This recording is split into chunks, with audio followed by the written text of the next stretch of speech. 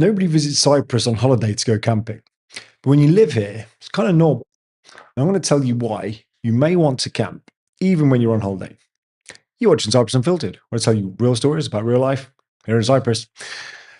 So, look, Cyprus isn't just hotels and it's not just resorts. And I appreciate if you've ever been here on holiday, you're thinking of moving here, that's probably the experience you've had. You've come away in a hotel and you've stayed, maybe you've done an Airbnb. But the thing is, in Cyprus, there's this huge sort of outdoor culture that most tourists never really get to see. And to be fair, we didn't even get to see it until we moved here. And so you've got camping, you've got glamping, you've got rooftop tents, camper vans, caravans, touring sites, all that stuff. And the reality is, it's not necessarily what you would come to expect from Cyprus. Like I say, most people expect hotels. So what I'm going to talk about tonight is I'm just going to talk to you about the outdoor lifestyle here, but also why the camping culture is also bigger than most people expect. Also going to run through the different experiences that you can expect to have, depending on location, season, all that stuff. Because fundamentally, camping out here is very family orientated, it's very social. And so this is the side of Cyprus that honestly, most people don't really get to see. Now, what kind of camping can you do here? Well, if you're living in the UK, you can do pretty much the same sort of camping as you would do in the UK. So you can stay in a tent. You can, if you've got a car, you can have a rooftop tent, park up and have the roof tent on top, and you could sleep in that. You see caravans, albeit not many, but the caravans that you tow, and you can buy those here on the island. Interestingly, the caravans here will have solar power. So, well, not all of them, but a lot of them will have solar power already bolted onto the roof. So it's a bit different to what you get in the UK. You still get electrical hookups, but you can have solar power caravans as well. You also get camper vans and things like that. So you get the whole kind of variety, the whole spectrum of things that you can camp in, that you can sleep in. Now, where can you do that? Well, the obvious one is campsites. You can go and sleep in a campsite. But what a lot of people think is that, I've got a camper van. I'm just going to go into the mountains and I'm just going to park up on the side of the road, or I'm going to go down to the beach and I'm going to camp on the beach and all of that stuff. So I'm going to come on to that and why you can't do it. Now, UK versus Cyprus. First of all, I want to start with, if you're looking to camp in Cyprus, like everything in Cyprus, because it's an island, everything seems to be more expensive. So I was recently in the UK back in March, and we went to go outdoors, went with a friend because we were getting a sleeping bag for their daughter. They were going away doing some camping away from home with the school. And honestly, I was walking around Go Outdoors in the UK, and it was like, first of all, everything was on sale. It was just like, wow, everything's so cheap here compared to what it was in Cyprus. But also the variety. You'd got this huge, huge place for Go Outdoors. Like the entire shop is Go Outdoors. And the closest I've found on the island is Decathlon. And you'll have an area of Decathlon over in Larnaca where you can buy camping stuff. So it's not the same. Now, there might be specialist camping shops. I haven't seen them. But fundamentally, the variety you get off the island is pretty much like everything else I've experienced in Cyprus, where if you're trying to buy electronics, you're trying to buy whatever, it's always seemingly more variety off the island. And camping is no different. So then the other thing is so talk about the prices as well. So again, prices are typically higher, right, in Cyprus than they are in the UK, and that's just the way it is. It's just kind of like, call it the island tax. Everything's imported. So let's assume you bought your stuff, you filled the car up, and you're going to go camping. What facilities do you get? Because when most people think of Cyprus, they think of the heat, and they think of, it's going to be too hot. I don't want to stay in a tent. It's going to be sweaty. It's going to be humid and all the rest of it. Well, the thing is, the facilities that you get on these sites, part of the reason why I'm talking about glamping tonight and camping is because we've just come back from a weekend away near Larnaca. We were glamping. And so we've come back in, and I thought, what better time to talk about it than when I've just done it? And the facilities we got was not what I expected. I'll be honest, I'm quite spontaneous when I go away on holiday. I'm spontaneous when I kind of do something away from my normal kind of regimented life with work and everything else. And so I just go with the flow. So I knew we were going to a glamping site. And in my head, before I'd even been to a glamping site, in my head, it was going to be like a posh tent. That's what I thought. I thought it was going to be a posh tent with a block of toilets, a block of showers, and we're all going to share them. And that was going to be cool. We're just going to do that. We'll go with the flow, Anyway, got there. It's not that at all. We have a proper hut. We'll call it a hut, a cabin. Had air conditioning. Had a fridge, microwave, had an ensuite, had its own shower. It was not the glamping that I thought I was going to get. It wasn't that glamping experience. Now, there are the tents on the island, but that isn't the experience we've had this weekend. So you get the toilets, you get the showers. On some of the campsites, like in the UK, you will get electrical hookups, right? And I'm going to show you some campsites tonight. There's going to be less back and forth tonight, but I'm going to show you some of the campsites tonight and where you can go. And then, so what you'll find as well is that you'll quite often get barbecue designated areas. And unlike the UK, you don't just have a barbecue outside your tent. I'm going to come on to why that's the case in a little while. But essentially, the big difference that we found, certainly camping here, obviously the weather is one. Like I've camped around Europe, and we've done that in caravans and things like that. But the big one that stood out to me today, well, yesterday, in fact, because that's when we paid, was the price.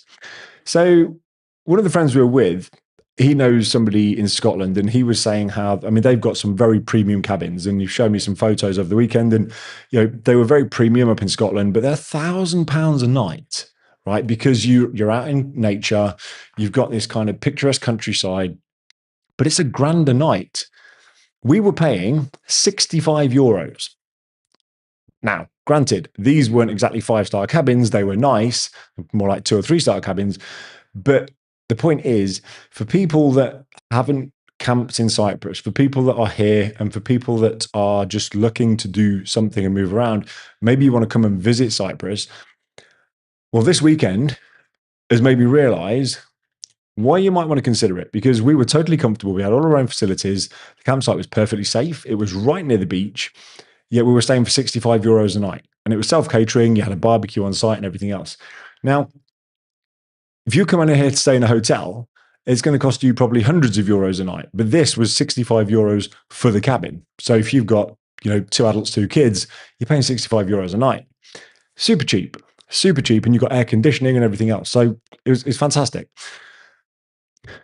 What about the laws though?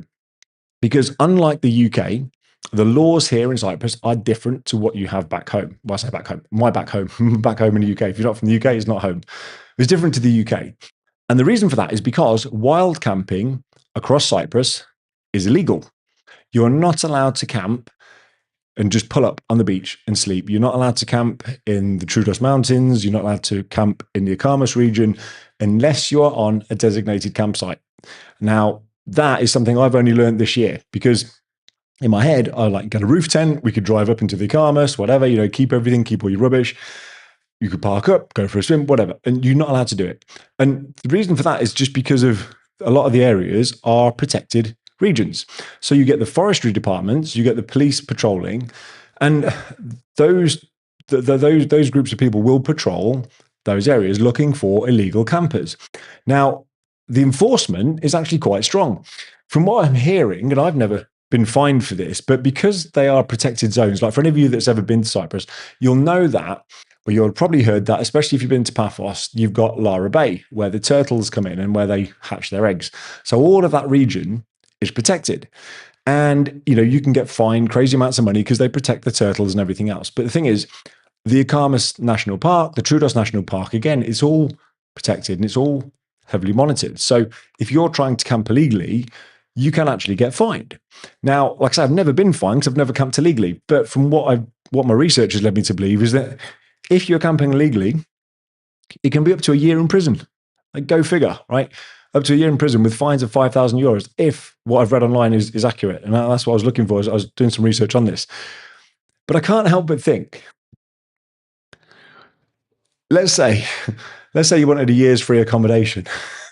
I'm not trying to belittle anybody here, but let's say, you don't see, not like in London, right? London, Birmingham, loads of homeless people littered around everywhere. And the homeless situation in the UK is quite tragic. I actually don't see any homeless people in Cyprus. Not that I've seen anyway. I'm even trying to think like Limassol. I don't remember seeing homeless people anywhere. But, I don't know. It's just, you kind of think, this is where my head went. If I was homeless, you go, right, well, I'm going to go camp somewhere for a night, get caught, and then I've got, go to prison for a year. I don't know. It just seems mad that you can go to prison for sleeping in a tent. Now, whether it actually gets enforced, I don't know. Same thing I talked about in another video. Last year you're supposed to be able to, be fined and you could be imprisoned for using your hose pipe because water was so scarce. So, there are certain laws. The point is, don't sleep rough, don't sleep in a tent, don't go and park up in the regions not supposed to, don't try and sleep on the beach. Just respect the laws. Because I personally wouldn't want to spend a year in prison, and I also wouldn't want to be fined €5,000 for the privilege. So all of a sudden, your 65 euro a night is even more cheap because you're going to pay the fine. That goes the same for rooftop tents. I think anywhere you think you can park up, if you think, oh, I can just park in a car park and sleep in my roof tent. Again, it might seem like a loophole. People do it, but it doesn't mean it's legal. And so I would just stress the importance. You've got to, the importance of respecting the country that you're in and just respecting those areas. Don't do it. Just stay on the designated campsites, which then brings me on to what are the legal options if you do want to camp? Well, you have licensed campsites, and those campsites are, if you like, signed off. They're approved by the forestry departments, and they're private for people like you and I to go camping. Now, you can also camp on private land if you've got the landowner's permission. You can do that as well. And when you do go to these campsites, they are just like you would expect in the rest of Europe, where you've got toilet blocks, you've got facilities and everything else. And in fact, I'm going to show you a couple of them just now, because there's a few places you can go which are very popular. I'm just going to type campsite. Polis is where I'm thinking of. So this one here, this Aphrodite's Eco Family Camping. Like, we went hiking around here just recently. Now, we tried to camp here this weekend, and I was saying how the outdoor lifestyle in Cyprus is prevalent and how camping is really popular with families and everything else. At the moment, bearing in mind it's May now, and if you're watching a recording of this, it's May 2026. We were trying to book here. We've been trying to book here for about the last month, and we couldn't go there, right? It's booked up until I think it's like end of September, beginning of October. We couldn't get in there. So there you go. Just to kind of prove how popular certain ones are. Now, this one's particularly popular because you come up here and you can go to the Blue Lagoon and you can drive up and go for a dip up there. But again, if I zoom out and you've got the campsite here, so I'm going to search this area, you'll see that you've got, let's just zoom in on the Akamas region for a second. You'll see we've got a few campsites around here, but not many. But you've got a few. And these will be the ones where you'll be able to go. So that's a farm. You'll be able to go, but they're designated sites where you're allowed to go. What people would be tempted to do would be to drive up here and try and hide and park, and that's where you're going to get caught, right? So don't do that. Just stay on the designated sites. Now, Troodos, again, same thing. It's a nature site, it's a nature reserve, and you come up here and there are designated camping sites. And so you just find one of these. Don't be tempted to sleep rough. There's a whole bunch of them. The one that we went to earlier on today, this weekend, if we come down, where we got Kitty? No, not there. There's Ziggy. So we were somewhere in the middle. We were about here. If I just type, see, it's campsite. Let me go glamping. There we go. We were at this one, Cyprus Glamping Park. It's not to promote them in any way, but this is where we stayed. And I was saying about cabins. So these were all air conditioned. Now, that wasn't what I had in mind when we went glamping. I didn't know what it was going to be, but I wasn't expecting this. I was expecting a tent and stuff like that. And we had these areas outside, and you could sit and eat and drink, and it was really cool. We had the barbecue that was all there, and it was all provided. Even the gas was provided for the barbecue. You didn't even have to bring your own coals. So that ended up being really good. Now, the thing is, if I type glamping, which I just have done, in fact, actually, let me go to just searching Google Images. So this was the type of thing. In fact, actually, let's do glamping Cyprus. These are the types of things that I was kind of expecting. I was expecting more like a tent, like this. And I know that they've got things like this on the island, so you can do things like this. And, these will be more expensive, I'm sure, because they're very premium, and they're certainly out in, you get a lot of them out in the Paphos forests. But, you just don't really get that view back home unless you're up in Scotland or somewhere like that. So you get these glamping pods and things, and they're all really nice. There you go. That's what I was expecting, like some kind of posh tent. But even the tents, you'll see here, you've got some heaters in there if you're needing the heat. And I've seen some where you've got, it's on this picture. Where are we? I'm not going to be able to find it now, am I? There you go. You see, you've got the AC units up there, and then the pods, though. But anyway, you've got another one, AC units. So even in the domes, you've got AC units. The point is, a lot of them, even the tents, I've seen them with like freestanding AC units in the tents. So it's not necessarily going to be as hot as you think, even though it's still likely to be hot because it's Cyprus after all, right?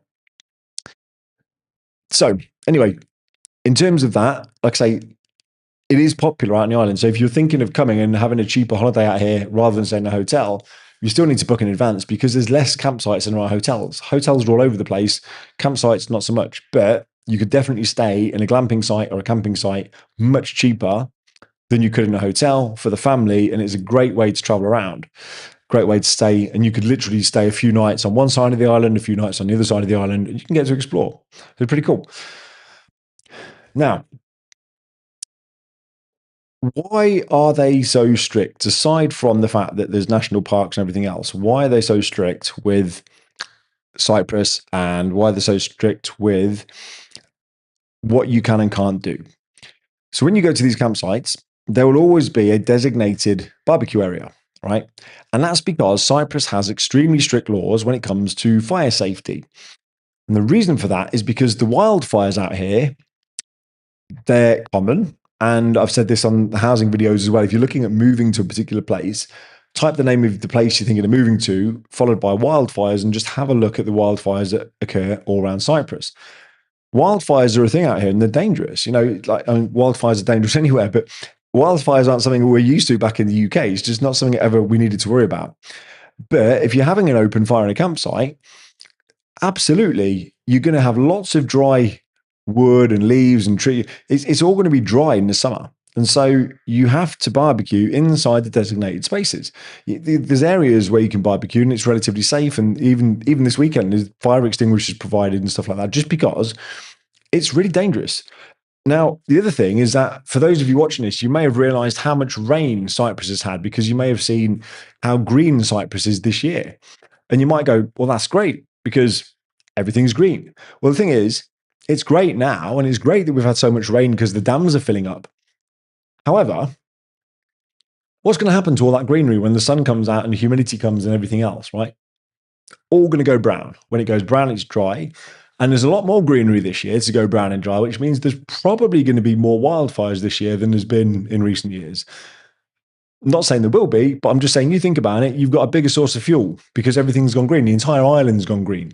So now when that all dries out in the summer, what's going to happen? You've got a massive risk when it comes to wildfires. So again, when you go into these places, fire safety is a big thing because otherwise you can literally burn a whole chunk of the forest or a whole chunk of the region. And last year, if you type, I think it was Pelemi, last year or the year before, Pelemi wildfires around there, you can drive up that way. And if you're going like Cathicus way as well, you'd see the scorched countryside at times, from these wildfires. So, there are restrictions on what you can do. Now, if you get caught doing a wildfire, well, that's big prison time. If you do something and, massive fines, massive prison time.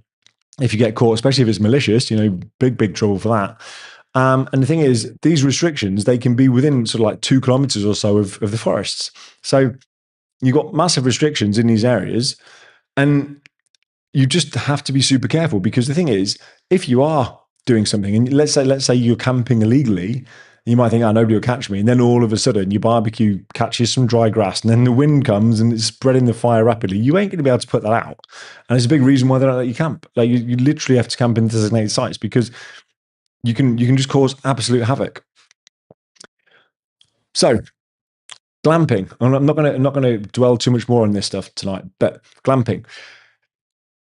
Having just done it this weekend, specifically the one I've just shown you online, it's glamping is basically for people that kind of want to experience the camping outdoor lifestyle, but not necessarily sleeping on an airbed. You still want to sleep in a mattress or on a mattress. And it's great because the kids are loving it. You're not stuck in a hotel. Yes, you got swimming pools in a hotel and stuff like that, but fundamentally, like the kids ain't interested in 5-star anything. They just want to be outside playing. Like literally, we had knives and we were whittling sticks and stuff like that. We were just playing with the football. They loved it. So glamping is great if you want to go with the kids and everything else, like normal camping would be. But the thing is, as well, like I say, you can experience all different areas, because if you came to Cyprus with the view of, okay, I'm going to travel around for a little bit, well, then, book some different sides of the island, stay on the west, stay on the east. And I know you could do it in a hotel, but you're going to be spending hundreds of euros a night to stay in a hotel, whereas this, you could stay and you get to experience nature a bit. You get to see the countryside. You also typically are going to get to meet other residents on the island, because most people visiting Cyprus just stay in a hotel. So if you want to meet other locals and people that are just holidaying locally, well, then come and stay in a glamping site, because you're going to meet more people. And as I've said, you've got air-conditioned tents, you've got the air-conditioned domes. Some of them, if you pay a bit more, you've got hot tubs and you've got the outdoor baths and things like that. And then you can decide, do you want a sunset view? Do you want a mountain view? You get to choose. And if you go into Paphos, the Paphos forest, you can do stargazing. You're not going to do that in a hotel. You're going to experience a different side of Cyprus that you don't get when you're staying in a hotel. With the different side of Cyprus, though, comes the wildlife, because you're in nature, let's be honest. So what are you going to see? What are you going to get? Well, we didn't see all of these, but you are at risk of things like geckos. I say risk, they're really cute. But you're going to see geckos. We saw some lizards, mosquitoes. My legs are a little bit bitten tonight, but that's the way it is. Cicadas, didn't see or hear any of those this time, but cicadas are amazing in Cyprus. They're really noisy. They sound like electricity. And certainly where we are in Tala, the first time we came and you heard cicada, it sounded like there was just like an electrical power station just on all the time. And then I found out afterwards it was these cicada things, and they're like these little harmless insects. And, just you get to see things you wouldn't normally see. Stray cats. We had a cat that was, I guess, part of the glamping site, and he was just there. And I achieved the unachievable. I had a cat leave food because he was full. So we cooked some chicken on on Friday night. And then Saturday, we kind of went with the flow. We were going to reheat it. We didn't reheat it. And then we did another barbecue again this morning for breakfast. And we found the chicken. Oh man, still got some chicken left over from Friday. We're not going to eat it because it's 2 days old, and it hadn't been put away. And it's like, okay, fine, it's there. And this cat kept coming around. So I just gave him, and I had a chicken skewer. And he's eating the chicken. Absolutely loved it. Wolfed it down. He ran off into the bushes with it. Came back for another one. Took another one, and then he ate that. He's just eating this chicken, and then he left us alone. He just came and sat next to us, and he was just like, oh. Meow, meow. Literally, he didn't quite finish the second skewer. So this cat, we filled him. I've never ever been able to fill a cat. They always come back for more food. And this cat was like, nah, I'm done. Just tickle my belly. So anyway, you're going to see cats if you come out. You might see some goats, depending on where you are. We were walking around, and there was, so the people we're with, really into nature, really into like bird watching and things like that. And so they were spotting owls. I couldn't see them. I couldn't spot an owl if you put it in the tree and there was only one tree. I still wouldn't be able to see it. They could see it like a mile off. But you're going to see those types of things. Now, a lot of people will be worried about snakes. I was hoping to see some snakes. We didn't see any, right? So we walked through a nature park. We did this trail, and no snakes to be seen whatsoever. It's not to say that there aren't snakes, because there absolutely are, but we didn't see any at all. So if you're worried about snakes coming in to your glamping site and everything else, it could happen, yes, but it didn't happen to us. In fact, though, I will tell you this. So for those of you that don't know, oh, hang on a minute.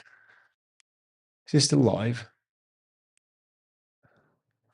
Is this still live?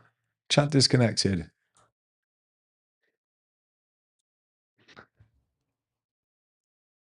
Is this still live? For anybody watching this, is it still live?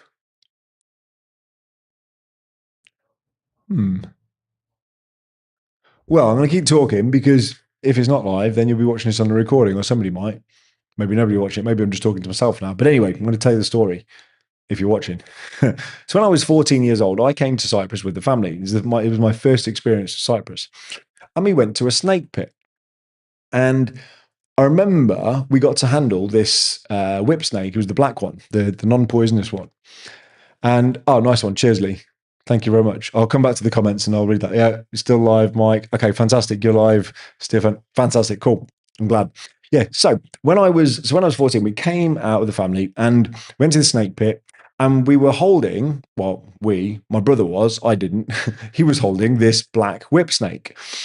And when we were talking to the owner of this snake pit, we just asked them, like, oh, where'd you get your snakes from? Like a really stupid question. It's like you just go to the shop. But anyway, oh, where'd you get your snakes from? And she says, oh, well, my husband caught this one. It came into their tent while they were sleeping. Like, holy crap. So what I will say is if you are going to camp and you're going to camp in a tent, we didn't, we camped in this hut, but if you're going to camp in a tent, make sure you get a tent that is completely sealable, because there are snakes in the wild, 100% of the snakes in the wild. So yeah, I wouldn't have a tent where you can kind of peg it down and they can come in and nah. Like, I like camping. I do not want a snake in my bed. Thank you very much. So yeah, snakes, spiders, that type of thing. You are in the wild, so you might even see scorpions. I've only ever seen one scorpion, actually, and it was a dead one in my pool when we lived in the first house. Never seen one since. It was this little yellow scorpion thing like that. It was almost translucent, and he was just dead in the pool. He fell in. Anyway, but yeah, you might see scorpions. And if you go to the coastal areas, you might see some turtles. You don't even have to go up to Lara Beach. We've seen turtles in other parts of the beaches and in other bays, but fundamentally, you might see them if you're camping near the coast. So what else?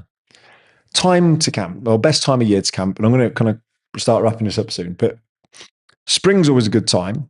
So in Cyprus, spring's always a good time because it is a bit cooler. Even though you've got your air conditioning, it's greener, right? Because it's not as hot, it's not as humid. So spring or autumn is good. Early summer, like we're in now, that's proved to be quite nice because summer seems to have started late this year. It's nice today. What are we on? 18 degrees right now. I've caught the sun today, but it doesn't feel like May. From what I understand, the UK is warmer than Cyprus right now. It's like 30 degrees or something. People were looking forward to bank holiday weekend this weekend in the UK because it's warmer. So it feels like Cyprus has come. But early summer, again, we really enjoyed it. It wasn't hot. It wasn't humid. It was just lovely. Went down to the beach. That was nice. If you go in July or August, well, yeah, it's going to be more humid. Of course it is. And the thing is, if you are staying in a campsite or you are glamping, your room might be air conditioned, but if you're barbecuing outside and that's where you're eating and you're cooking and all the rest of it, well, then it's going to be a little bit warmer than it would be if you're staying in an air conditioned hotel. So something to bear in mind. If you're looking to go camping and it is summer, then somewhere like the Troodos Mountains is going to be a safe bet because it's always cooler up there. So while we haven't camped in the Troodos Mountains, when we had friends come over, was it last year? Well, they came over last year, only the year before. But anyway, so we took them, I think it was last year, we took them to Troodos Mountains. And I remember when we were driving up there, we'd left where we live in Paphos and it was 29 degrees. And by the time we got up to the top of Troodos, it was 19 degrees. So it's much cooler. And when you get up there, you can actually breathe cold air or cool air, non-humid air, rather than the hot, sticky air that you get down by the coast in Paphos. So it's about 10 degrees cooler. So if you are going to camp and you fancy trying the mountains, well, then summer's a great time to go. Mosquitoes. Now, I'm going to mention this because there is like a mosquito season. I'm not 100% sure when that is, but it seems to be when the weather starts picking up. Like I say, I've been bitten on the legs today and last night. Other than that, though, actually did all right. It wasn't like it was mosquito central, but you do get mosquitoes here. So something to bear in mind. If you're that unlucky person where you've got the good blood and they come for you all the time, well, then, you're going to get bit if you're staying out and you're camping, quite possibly. So look, I'm going to kind of wrap this up and then we're going to move on to the live Q&A. But fundamentally, if you are British and, things you're thinking about coming out here, you're thinking about camping, maybe you're living on the island and maybe you think, I want to do something different for the weekend and you want to camp. What you're going to find is it's a very social thing for families. You're going to find, when you go up to these campsites and you see them at picnic sites and everything else, you get these huge barbecue setups. You get the big Cypriot families that outside play music. It's just like a normal thing. They're quite loud, the campsites at night, because it's very social, right? Where we were glamping, we were the only family there. And then there was some visitors came yesterday, but literally there was 4 families of us and we were just there. So literally, we were the noisy ones, we were the quiet ones. It was just us. But when you go to these other areas, like I said, the polished one is booked up until end of September, beginning of October. And when you go, we've been up to the polished one where we were hiking, and you've got tents up there, you've got cabins up there, and you can do all different types of camping. And yeah, it's just a very sociable, very relaxed atmosphere. And like I say, if you're coming and you're on holiday, you're going to see more locals or more residents, not necessarily locals, but residents than you would do if you go to a hotel. Naturally, you go to a hotel, they're all going to be visitors for the most part. So yeah, that is pretty much what I wanted to just go through tonight. And it's a little bit different, but I thought, given that we were glamping this weekend, I thought I'll just bring something slightly different to the channel. Hopefully you found that interesting. If you are on for the Q&A, we're going to move over to the Q&A in just a second. But if you are finding this interesting, well, look, give it a like and share. And if you're not subscribed already, then please do so. And like I say to you now each week, when I moved to Cyprus, there was nobody really showing what life was really like out here. And as of tonight, we're kind of showing you what we get up to at the weekends now. And, I'm just trying to document this sort of stuff for the rest of us because it didn't exist when we were looking at here. There was lots of people talking about tax and the beaches and all the rest of it. But, this is life for us. We're just trying to document that. So hopefully it helps you, trying to help as many people as possible.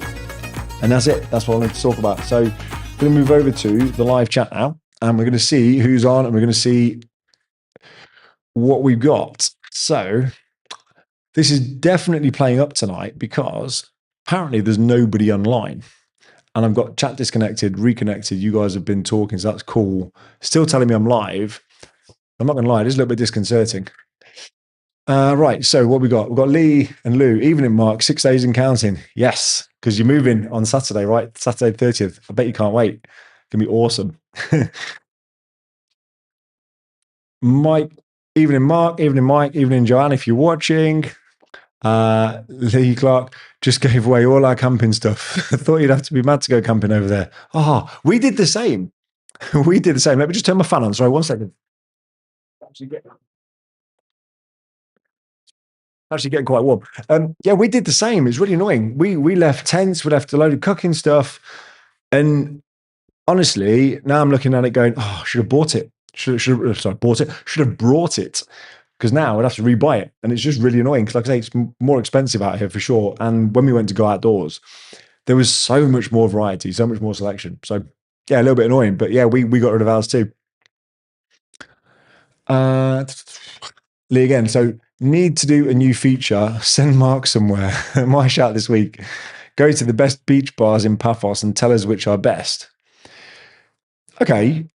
So I've been talking to somebody about this recently because somebody I don't know if he's on the live stream tonight, but was talking about doing specific video on Larnaca. And my response to that was that I don't live in Larnaca, so I can only tell you what it's like from a visitor's perspective, from a tourist perspective almost, And I can give you information about Cyprus because I live in Cyprus, but I can give you a lot more detailed information about Paphos because this is where I live. But you're still interested in me actually doing some content on Larnaca, so I might do that. And I want to try and mix it up. And I'd love to interview locals, actually. I'd love to interview local people. It wouldn't necessarily be live because I wouldn't be able to necessarily do it live on a Sunday night. But I would still love to interview local people and just kind of show you, what it's like from a local's perspective, get their opinion on people like us, coming to the island as immigrants. But anyway, Lisa, to come back to your point, would that be of interest to people? I'm going to say it is to you because you've said it. What would people want to see if you wanted me to go? Like, so you if you're thinking about moving to Cyprus, you probably type in Cyprus, whatever, best beaches, whatever it might be. Things to do in Paphos, things to do in Cyprus, whatever it might be. What would you actually want to see? If you're living here, because something I am going to do in the next few weeks, I am going to go around some supermarkets. I'm going to buy the same thing in a whole bunch of supermarkets. And then I'm going to show you what the costs are, different supermarkets, and I'm going to kind of give them a ranking. And we'll do some stuff like that. But what would you want to see? Anything that would interest people? What would you like me to go and view? What would you like me to go and experience? And I will do it and I'll report it back and I'll show you photos and everything else along the way. So would love to do that. But if we're starting with the beach bars, let me give you, where would I go right now? I'm going to show you something. I'll show you one of my favorite beach bars, seeing as you've asked. You didn't ask, but it's not even in Paphos. It's in Paphos. Is it in Paphos? It's Paphos, the region. So, for those of you that are new to the channel and you don't know, so you've got the harbour here. Let's start from the harbour because most people will know the harbour. So you've got Paphos Harbour around here. And this, for the most part, is tourist central. And all down here is all the hotels, and this is tourist central, and all the beach bars are all, for the most part, for holiday makers. And then you keep coming up this way. You're going to come north up the coast and you go towards Coral Bay, and you've got all the hotels here as well. So this is all tourist central. And you're coming up here, go to Coral Bay. This is even more tourist central. Stephen, if you're watching this, it's crime central as well. And we've got this areas around here. And then you can come up this way. Now you can start to come up this way. And yes, there's a hotel and resort. So it is touristy, but it starts to become a little bit more residential this way, less so. I mean, people will visit Paya for sure. But for the most part, the further you get away from Paphos here, the less kind of touristy it becomes. Now, if you keep going north and you get to Polis and Latchi, so you've got Latchi Harbour here, you've got Polis here. The other campsite I was just telling you about is up here. So when you get to this part here, if you drive all the way up this coastal road, beautiful drive, by the way, highly recommend it. Drive all the way up here, keep going, you get to this place. Let me just go to, make sure it's this place. It is this place. Right, you get to this place. Let me drop the little man. And he gets there as well. So let's start here. Yes, because just here, you've got a restaurant. I'm going to kind of come. Oh, I've gone into the restaurant. Well, anyway, I'll come this way. I didn't even. We're off-roading. We're off-roading on Street View. So you see where this van's parked. So you get amazing sunsets there at night time. Amazing sunsets. But if you come back this way, I'm trying not to show you the view and spoil it. And just come back this way for a second. Go on out to the road. Onto the road. Right. So you've got this restaurant just here. And you come down. And here you get really good views. You get really awesome views because you then turn around and you have this. Now, the street view is not really doing it justice, but it's stunning when you're there. Really, really nice. So we like it here. I like this place a lot. But then if you come down into the car park, and, is that as far as we can get? That's as far as we can get. Right. You see here, there's a proper little beach bar. And I've never seen anybody that didn't look like they were Cypriot there, apart from me, my wife, and my boy. Whenever we go there, it's just locals. And I've probably just given their secret away now. But yeah, Pomos, this little beach bar here is really, really cool. Really like it, really private. In fact, can I show you some pictures? There you go. And it's a pebble beach, but it's just, we really like it. So yeah, that's a nice place to go. It's a bit of a trek, but it's a good place if you fancy a drive and you fancy a coffee and some food at the end of it. Then you can go the other way and we can go down to Cabana and everywhere else. So we come down towards the airport. You've got the Hotel Central down here and you come down to these beach bars. Now, Cabana Beach Bar, it's not the cheapest beach bar, but it is quite nice. You can sit there, you can watch the airplanes taking off. You can feel really grateful when you see the tourists flying home and you see Ryanair flying past and everything else. You're like, oh, I never have to leave. But this is a really nice beach bar as well. And the beach is really nice, you know, because it's a sandy beach. And we're going to take advantage of this guy's video. No, not that great, really. Anyway, you kind of get the idea. Let's right. There we go. That's another video. Why are they? Oh, there you go. Right. You got music playing. I know you can't hear the music tonight, but you get music playing, and it's just again like a proper little beach bar, and really nice. So we've been out there having coffees and stuff, and you'll see hopefully you got these lounge area seats and stuff quite nice. The sun lounge is all nice and padded, and just very very nice. But like I say, it's not the cheapest. There's definitely you see, look at the sun lounges here, and they're a bit different to what you'd normally get on like say Coral Bay, right? They're just a little bit different. So anyway, that's a nice one. And if I just come back, so basically all down here is beach bars. But the thing is, this sea, for any of you that have got kids or younger kids, you'll see these wave breakers here, these lines. If I can just show you, the great thing is that you can rock up with all your beach stuff and you can park literally right on the beach. and you got these wave breakers there. So if you ever go on the pirate ship that I mentioned in a previous video, the pirate ship kind of parks on the other side of these, and you can see it, and it's quite cool. And that's where we were jumping off into the sea after the pirate show. But yeah, you can literally come down here, park up, and then you've got communal toilets and showers that have just come this way. You've got these blocks here where you've got showers and stuff like that, changing rooms and stuff. And then that's Cabana Beach Bar, so you can go in here. And again, it's just nice. So there's my couple of recommendations, Lee and Lou, for beach bars when you arrive on Saturday. Give those a go. Yes, they're live. Yes, you're live. Cool. Thank you. Lee, evening Mark, evening Lee, evening Kelly, if you're watching. Stavros flatly has a bar down near Katapaphos. Yes, he does. Right. Let's go back to this. So it is, let me think where it is. Got to think where it is now. Pretty sure it is not that far. So where you've got all the hotels. So this is an amazing coastal walk, by the way. You can literally come all the way down here. The coastal walk in Paphos is awesome. They've redone it recently over the last couple of years, and it's really good. So things around here, we've come down here on scooters and everything. Not electric ones, we're just manual ones. They're really cool. If I'm not mistaken, I think his bar is in this area somewhere because it's where the jet skis are. Not the water sports centre. It's somewhere here. Let me see if it pops up. Stavros. You're gonna come up. Stavros Supermarket. Don't think that's him. But anyway, he is in this region. When you're walking down, you can't miss him because his bar has got him and his son, and then like the whole, what was it? Britain's Got Talent? No, it can't be because he was in Cyprus. He was Cyprus. Cyprus has got talent. I don't know. He was on some talent show twice, I think. But anyway, yeah, you're right. He's down here somewhere. He's down here. Asher will probably tell us. Stavros' son has a barbershop on the main Coral Bay Street. Oh, there you go. Didn't know that. So he does.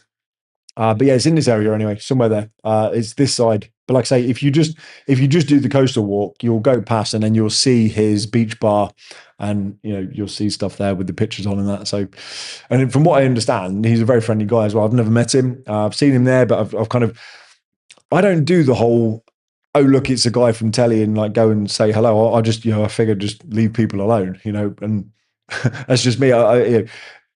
You do see him, there, he's kind of like just doing his thing. He's just normal person, right? Just going about his day. So I walked past a few times, he's been there, but then other people will go and they'll take pictures with him and everything else. And he seems like a really friendly guy. I've never met him, but if that's your cup of tea, then you can go and do that, and that's cool. Right. What we got? Ted Baker. Hi, Mark. Hey, Ted.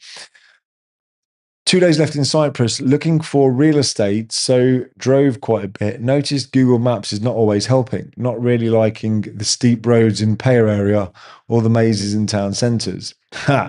Okay. What do I use to navigate? Okay, it's a good question. Ted. So the obvious one is Google Maps, but like you've said, Google Maps is fine for the most part, but what you'll find is that the moment you move away from the main roads, it can take you down some real shonky roads. Like you wonder how it's even classified as a road in some parts, So just be prepared that the sat nav in Cyprus isn't necessarily going to be as good as it is in the UK, even though it's still Google Maps.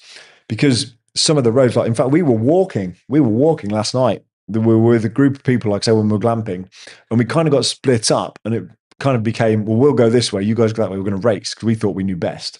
And we were using Google Maps. And on the map, it looked like a road you could drive down. And as we were walking through it, you could barely walk down it. It's just like, bloody hell, it's in this village, beautiful village, but you could barely walk down it. So the other thing with Google Maps is that, and this isn't a fault of Google Maps, I think it's more a fault of Cypriot businesses, and also, let's just call it the Cypriot way of life, because things are more relaxed out here. People go with the flow a bit more, which I personally like. But just because Google says that somewhere is open doesn't mean it's open. And just because a shop is due to open at, say, 8:30, Doesn't mean they're going to open at 8:30. They might just rock up at 20 to 9.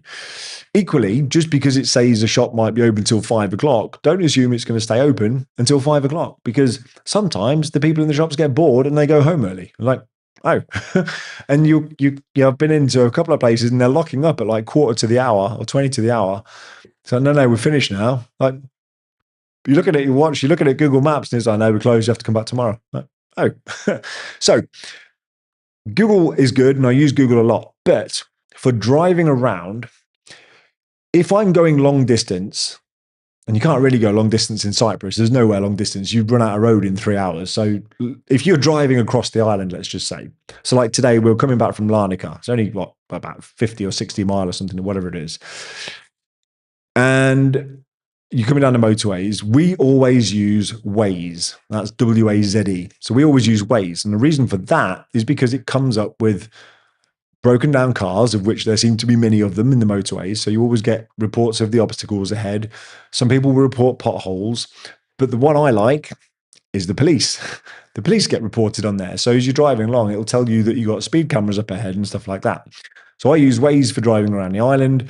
If I'm trying to get somewhere in Paphos or Cyprus, generally, if I'm in a location, let's say I'm in Larnaca or Nicosia, then I revert back to Google, because in Google Maps, you can just press and hold on the location you want to go, and you can navigate to it. It's a little bit more tricky in Waze. So if you're going across the island, use Waze. If you're looking around locally, Google Maps is still the best option, even though it's not necessarily going to be the most up-to-date and the most accurate. Hopefully that helps, Ted, anyway. Incidentally, how have you got on? Where have you been looking? Where are you looking to move to? Be interested to know. Asha, Stavros son her barbershop. Yeah, cool. Lee, what's the most romantic restaurant in Paphos? The one you take Asha on anniversary, etc.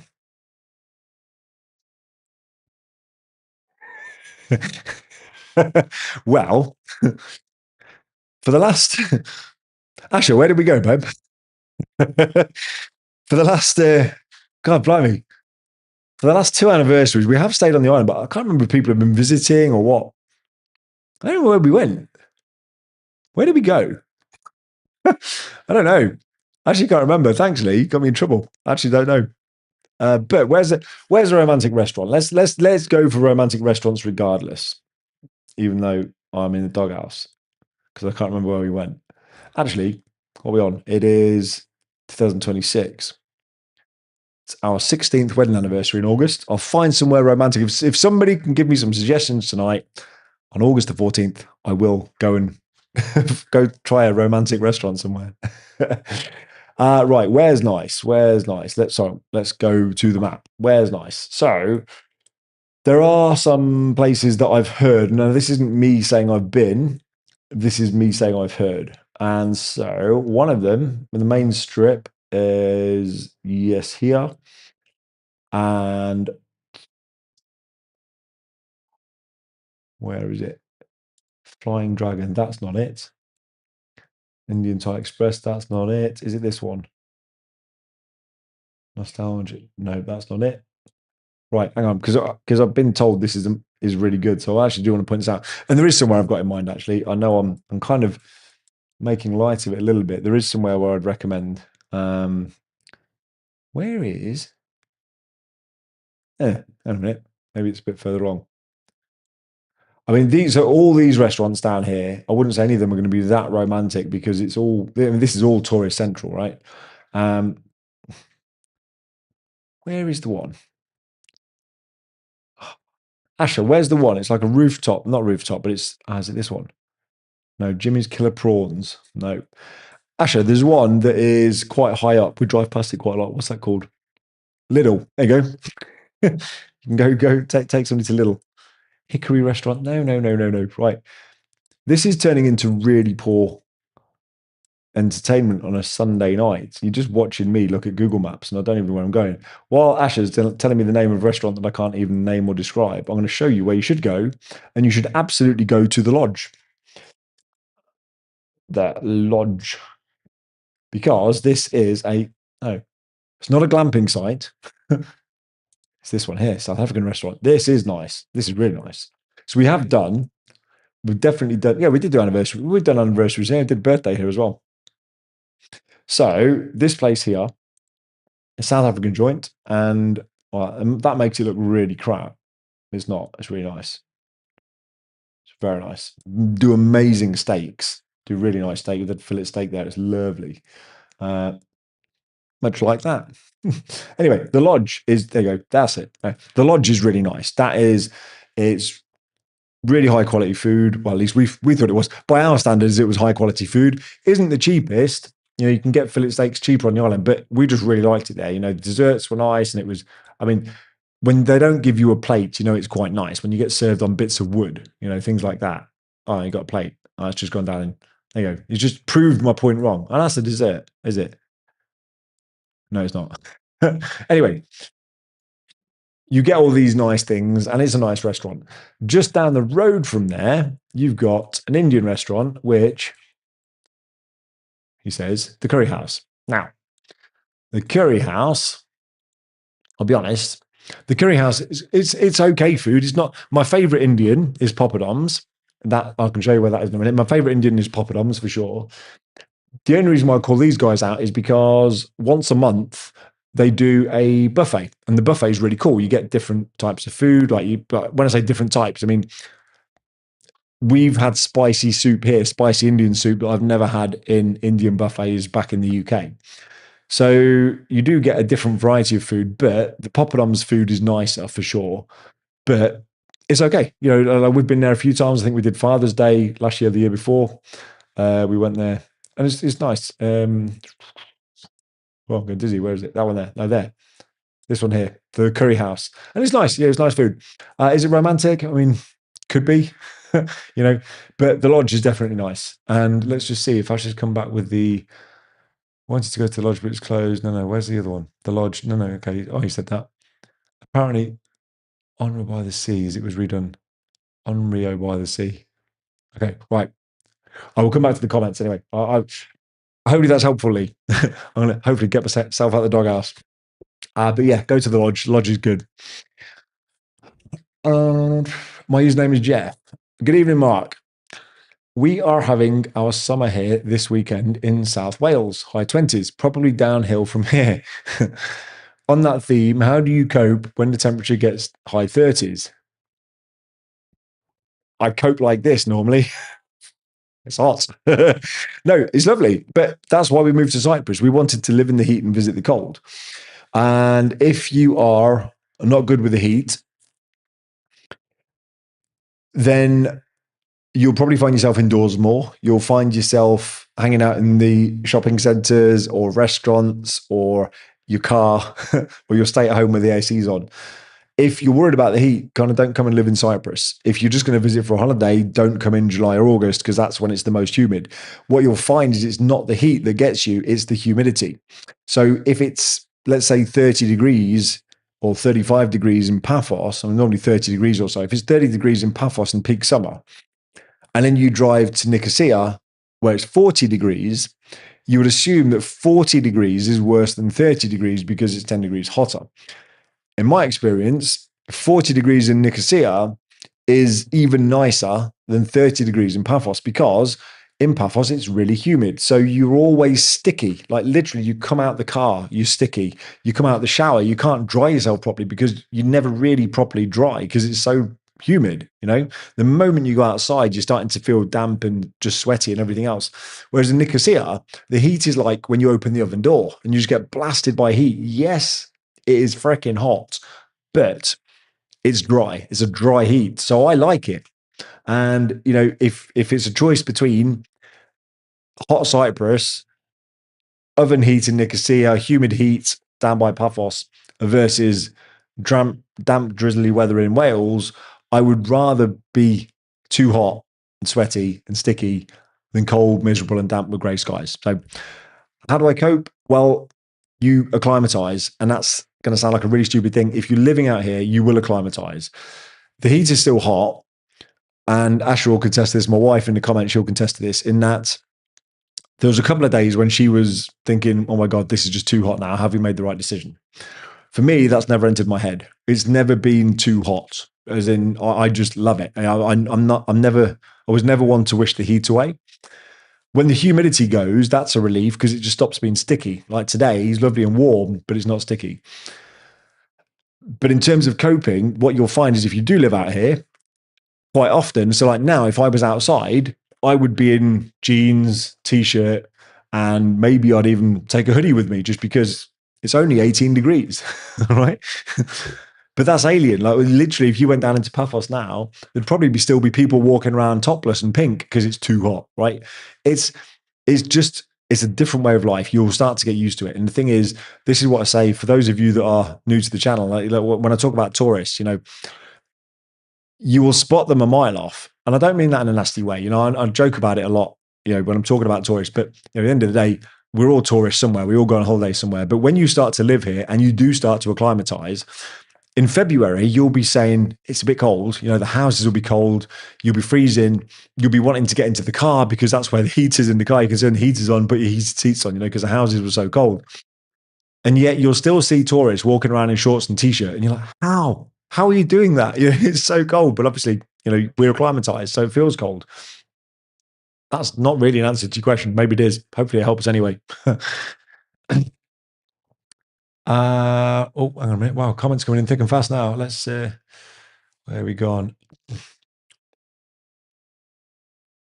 Apparently on a road by the sea. On a road by the sea. I don't know where that is. Oh, it's by the sea. Oh, hang on a minute. I've lost you. There we go. On a road by the sea. Let's go there. It's an explorative night tonight. How do you spell it? On a road by the sea. Oh, by the shipwreck. Okay, well, could you say that, couldn't you? By the shipwreck mark. There we go. Yeah, this is really cool. There it is. Look at that. It's lovely. Like, whenever I seem to show you guys Street View, they're kind of building stuff. If I click around, you watch it will spring up. There it is. There's madness. Look, it seems like they built it. This keeps happening when I'm showing you guys on Street View. They've built it. Anyway, yeah, this place, we've never been, but apparently it's quite nice. And according to my wife, they've just redone it. But if you turn this way, you get the shipwreck. And you can walk down to this, you get some really nice photos. And a little bit of trivia for you. The houses that we're developing, you can see this from the height of the roof terrace. You'll be able to see this from the roof terrace of the houses that we're building. So yeah, this is a very nice location. It's actually sea caves. Let me just zoom it out. So it is just this area here. For anybody who wants to go and see the shipwreck, you can see it there, just past Coral Bay. So yeah, there you go. So there's another restaurant. And yeah, haven't been there. Don't know if it's reopened, but another beach bar. There you go. Actually, to be fair, a lot of people do recommend that. We've just never been yet. Right. So let me come back to me. What used to know again? No, gone that one. Right. Stephen, hey Mark, we are here enjoying exploring. Had a lovely meal out in Tala last night. Cool. So cheap compared to the coast. Any plans for a meetup at the start of the month? Oh, that's a really good point. So first of all, I'll say 2 points. Yeah, Tala is cheaper than the coast because what you'll find is that the coast is catering to tourists more than the more inland you come, the cheaper it typically gets. Am I going to do a meetup at the start of the month? So yes, I wanted to try and do one. Should we just do it? I've been threatening to do this. I wanted to do one. I wanted to do the first weekend of the month, but I don't know how long you're here for. When do you go back? If I do the first weekend of the month, I'm looking over there. There's no calendar over there. And the first weekend of the month would be, let me just click on this, June the 6th and the 7th. It's likely to be June the 7th, maybe the 6th, the 6th or the 7th, because that'll be the first weekend of the month. It feels like that's the easiest one to do. The first weekend of the month is then just easy to remember. Who would be up for meeting up the first weekend of June, 6th or 7th? I'll figure out something. Let me know. Let me know if that would work for anybody. And we'll just put it in. We'll start. And yeah, why not? Let's do it. Let's do it. We can all meet up for anybody that's here. It might just be me. Stefan's going to go home. It'll just be me. Oh, this is rubbish, isn't it? I'll go to the lodge because it's romantic. Romantic meal for one. Right. Yeah, let's do it. If anybody's up for it, let's do that. And I will sort out a location. In fact, I wanted to try and figure this out actually in a way that allows us to link up because obviously a few of you have got me on WhatsApp now. A few of you have got me on Instagram. Need to figure out a way of doing this because I want to set it up so that we can kind of all link up. I'll figure it out and I will put a message out or I'll do something or maybe I'll talk about it next week's live stream. And then that way we can just make sure that we're all able to link up if we want to. But yeah, let us know when you're here, Till. And if anybody wants to do something the week end of the 6th and 7th, let me know. Asha, tell me if we've got anything on. I'm not seeing anything in the calendar. Asha, the Lodge, been there a few times, yeah.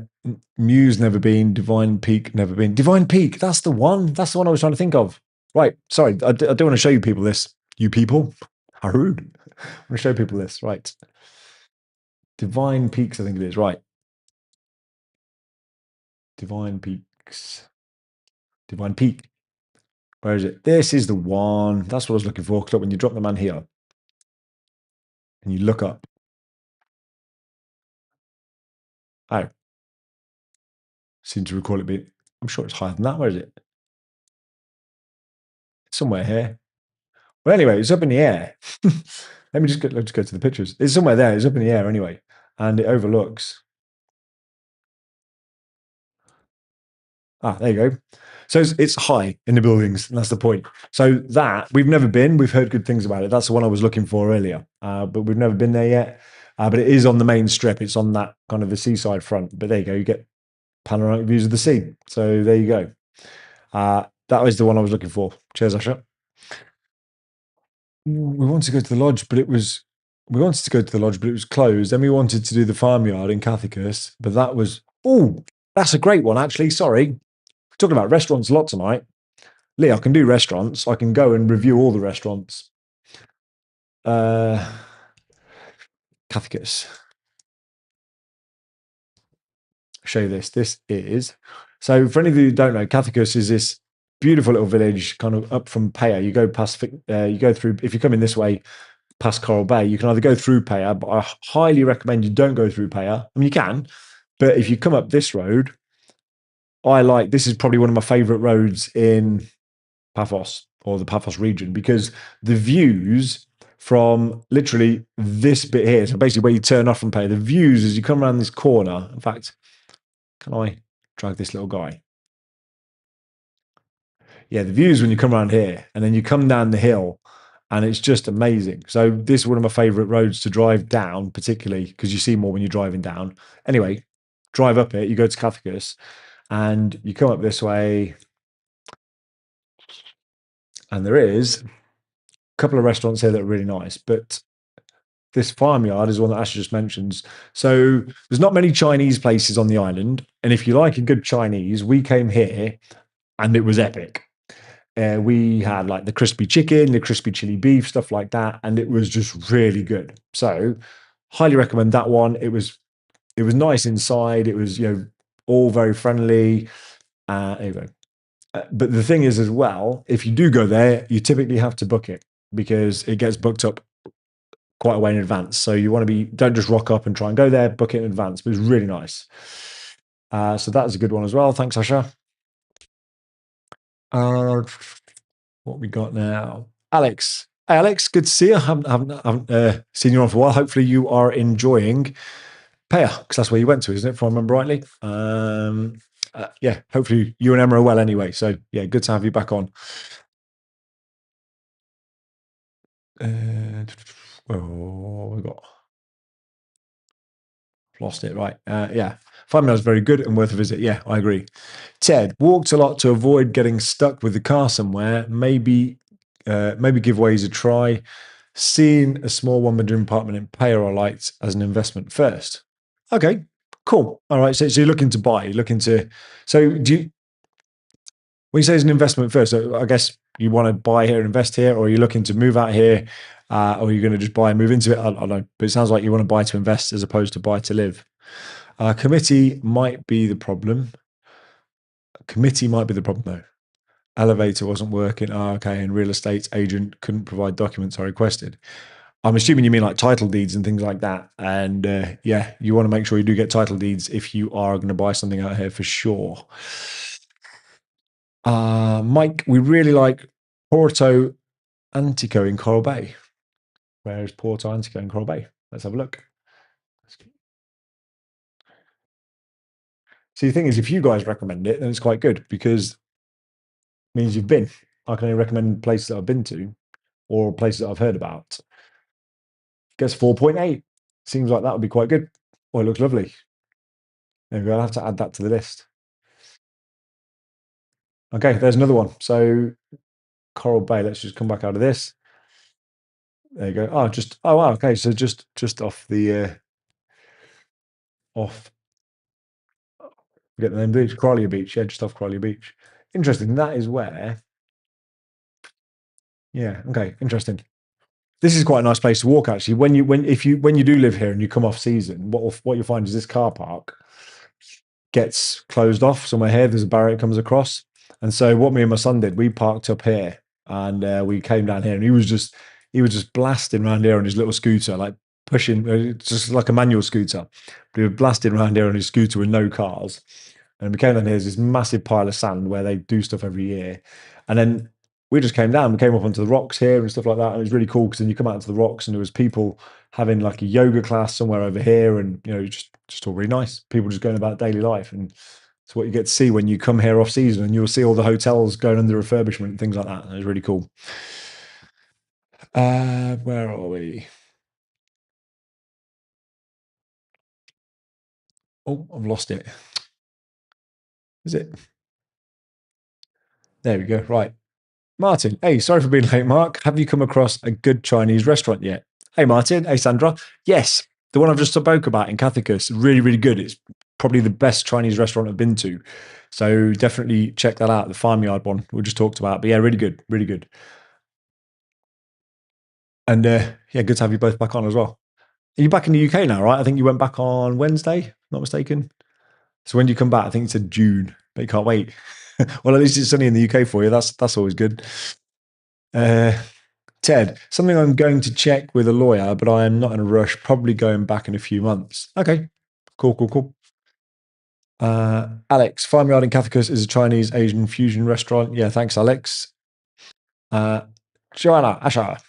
Yes, last August I had 2 days of I want to go back to the UK. Lots of people leave in August, and that's probably best option. Yeah, I mean, to be honest, since we came to Cyprus, we haven't really holidayed off the island yet because when you live where people holiday, you don't really feel like you need to go anywhere. So the kind of holidays that we have these days, we do city breaks. We'll go off and we'll just go to a city and have a few days somewhere rather than there's no point spending a whole bunch of money to go and sit on another beach for 2 weeks somewhere else. When you live by it, you kind of not take it for granted. It just becomes the new norm. Like your baseline goes up and therefore your holidays change because you can, if you want to, just go and relax every weekend if that was if that's your thing. And certainly if you're coming out here and you've got flexibility with your work, you can relax every day. Quite often we will go to the beach in the evenings, certainly through the summer. If we're going to go to the beach, we'll go in the evenings because all the tourists by that point, they've all come out in the morning. They've been out all day. They've got burnt. They're all pink. They're all then going out for dinner. And so if you go to the beaches are often a lot quieter. And so you get, even in the peak of summer, you can have a bit of a quieter time and it's still warm. So yeah, I got onto that. I bounce around quite a lot, don't I? Oh yeah, because you were saying that people leave in the summer. Yeah. Interestingly, a lot of Greek Cypriots, they go to Greece in the summer. Feels like a busman's holiday to me, but everybody that I speak to that is local, they all say you should go to Greece. It's lovely, and it just feels like so is Cyprus, and it feels like it's going to be the same. Anyway, they go to Greece and they say it's lovely, so might try that at some point. In fact, talking about doing it this year, we'll see. What have we got? My name is Jeff. I'm with you. Don't mind the heat at all. However, Sharon, not so much. We visited countless times. Even got married there. I seem to remember you saying this actually. I feel like you've told me this. Yeah, I feel like you told me this. Got married in August. Move tomorrow. Just need to persuade someone. Okay, is Sharon watching? Sharon, if you're watching, the heat you will acclimatise to. And the thing is, what you got to remember is that for 3 months of the year, it's going to be really hot. for 3 months of the year, although it's proving a little bit longer this time, but for 3 months of the year, it's going to be a bit chilly. Chilly by Cypriot standards, but the houses aren't as insulated as they are back in the UK. So it feels cold inside. But then for about 6 months of the year, it's lovely. Like this weather that you guys are getting right now in the UK, where it's sunny, we get that most of the time. And that is worth the 3 hot months in the summer. You're uncomfortable for 3 months. Not even that uncomfortable because you can just leave the aircon on if you want. Or you go somewhere else where they've got aircon, or you go for a swim. Swimming's lovely, and you go to the sea. So it's not exactly unbearable. People live here all year round. We live here all year round. I would quite happily stay here. We're going to the UK in June, and we're doing that for my son's birthday. But I actually don't want to go. I want to go for his birthday, and I want to go see stuff with him. But I just know that when I go back to the UK, the thing I know is that I don't know what the weather's going to do. Whereas here in June, if you come in June, there's about a 95% chance that it's going to be amazing. And you can pretty much guarantee that. So if you want a barbecue, you just have a barbecue. And when you get that level of certainty around the weather, you don't want to go back to it. So Sharon, if you're watching, you're gonna have a much better quality of life out here. And if it's going to be hot for a few times for a few months of the year, it beats the cold, rainy drizzle of Wales, in my opinion.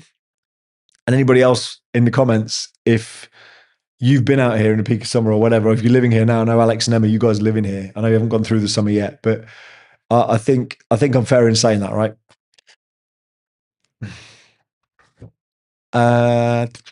Where are we? Back on the 3rd. Okay. Back on the 3rd. Oh, that's annoying. Back on the 3rd. See, we're busy next weekend. That's the problem. We've got stuff going on next weekend. So next weekend isn't going to work. But when are you back in Cyprus? Because like I say, I'm probably going to be looking to do it'd probably be the first weekend of the month, just because that's easy to remember. I think it is. People will probably forget. Is it the first weekend or the last weekend? It'll probably be the first weekend, which is unfortunate. So apologies you're going back, but let me know when you're back, assuming you're coming back. Lee, up for the 6th. Cool. That's cool. 6th or 7th works for us. Thanks. Awesome. All right. Cool, Lee. Cool, Alex. That's cool. Or we'll put something in. I'll talk to the wife and we'll fix something up. I've got both your numbers anyway, but I'll do something so that people watching this, even if you don't have my number, we'll figure out a way of connecting and we can link up. We'll be back on the 10th of June for 10 days. Hope to meet up again then. Staying in Amavi this time. Cool. All right, Martin. All right, Sandra. Yeah, we'll try and link up then when you're back over. That'd be awesome. Alex, just back from Spain. Hi. Bloody hell. You were on the comments earlier. That's a short trip. Obviously, I'm joking. Interestingly, what did you do in Spain? That's none of my business. But like I say, since we've come to Cyprus, apart from city breaks or seeing family, I've not really felt the need to leave. We like it that much. Like, I can't imagine going somewhere else for a beach holiday, because what's the point? And don't get me wrong, like Asian beaches. In fact, I was having this conversation at the weekend. A lot of people talk about Cypriot beaches being like the best in Europe and Nissi Beach being the best in Europe. And don't get me wrong, they're nice. And compared to a lot of beaches in Europe, they are amazing. And compared to anything we've got in the UK, because of the Mediterranean, they're amazing. But for those of you that have never been to Asia, so we went to, Cyprus Unfiltered is going to Malaysia. Let's have a look. I'm going to show you this because I've never been to the Caribbean, but people tell me it's the same thing. When I say the same thing, clearly it's not the same thing, but same experience. So we went to Malaysia and we went to this island up here called Langkawi. Now, we went to Langkawi and the sand there, like all these little islands, the amazing little islands as you walk around. And you got monkeys on the beach and stuff like that. That was a weird one for me, seeing monkeys on the beach. But anyway, when we walked on the sand here in Langkawi, the only way I can describe it is if you imagined walking on flour, as in flour that you cook with, you think how soft it is. If you imagine walking on flour, that's how the sand felt there. Now, I've never felt anything like that in Europe. There's Cyprus or anywhere. I've never felt it in Europe. But when I've explained it, people have said that's very similar to the Caribbean. I've never been, so I can't say. But Cyprus beaches are lovely. But what I'm finding is like, I can't see myself wanting to go to many of the places now for a beach holiday. So yeah, we do city breaks, but I'm sure we'll go at some point. But I mean, you go to Australia and you're going to get eaten by something. So don't really fancy getting eaten by a shark. I'll just stay in Cyprus, I think. We've got to no title deeds or no title deeds are in order. Okay, hang on a minute. Yeah, title deeds are in order. Just committee not following the official guidelines seems to happen often though. Lawyer needs to confirm it's okay. Plan is investing first, relocating later. Okay, cool, good stuff. Awesome. Well, it's not awesome about it's not awesome about the paperwork, but it's awesome if you want to relocate later. So that's cool. Under the 60-day rule. Yeah, cool. In fact, I think we were talking about this briefly on Instagram, weren't we? So yeah, cool. Excuse me. Right. Just have a quick drink. Lee, how mad is the busy tourist season and then the lull when everybody goes back? Or do you enjoy the out of season more? Oh, 100%. 100% enjoy out of season more. Now, what you got to remember is that Cyprus as a whole is quite, what am I trying to say? The economy seems to be driven quite a lot by tourism. So when you consider there's about 1.3, maybe 1.4 million people resident on the island, from what I've read, that number throughout the year increases to maybe 4 or 5 million because of the amount of tourists that come. So tourists bring huge amounts of money, they bring huge amounts of business to the local restaurants, to the hotels and everything else. And in fact, because of the Iran conflict at the moment, tourism's down quite a lot at the moment. So places that should be busy aren't currently busy, which is tragic for the locals because when their businesses survive on tourism, it's really hard for them. Selfishly for me, and it is selfish, but I don't mind saying it, selfishly for me, because my income doesn't depend on tourism, my favorite time of year is probably late September, early October. Because what happens is through the summer, it's really hot, it's really sticky. All the families are here. So the water park's busy, the beaches are busy. I mean, you can always find a quiet beach. And I'd show you where the quiet beaches are, but then you'll all go and then it won't be quiet because I'm going to turn up and you guys are going to be there. But there's always beaches you can go to where the tourists don't know and they don't, you're not going to necessarily find them there. But the point is, the summer gets really busy and you'll see a huge amount of red number plates driving around because the red number plates are typically tourists, they're all hire cars and they dawdle. Like Cypriot drivers, for those of you that live here, you'll know what I mean. Cypriot drivers are pretty bad. The tourists, on the other hand, bearing in mind the people like you and me that have come from the UK, that they are much politer. They will let you out. They don't force their way through traffic. They're not beeping the horn at you as soon as the traffic lights go green. But they dawdle because they're all lost. So like they're all driving around, they're all looking for something. They're always looking for something. It's like, oh, is it over there? Is it over there? And so they do random things. Like you'll be following them and then they just start to slow down because they're looking for something. So when you're going through the summer and you live here, the tourists are, they're in the restaurants, they're in the hotels. You'll get the stag parties through the summer. We've got a wedding venue that's within earshot of where we are, which goes off 2 or 3 times a week, maybe. Maybe that's an exaggeration. Maybe it's a couple of times a week. But anyway, there's a wedding venue that we can see in here. And you do get that quite a lot through the summer. Come September time,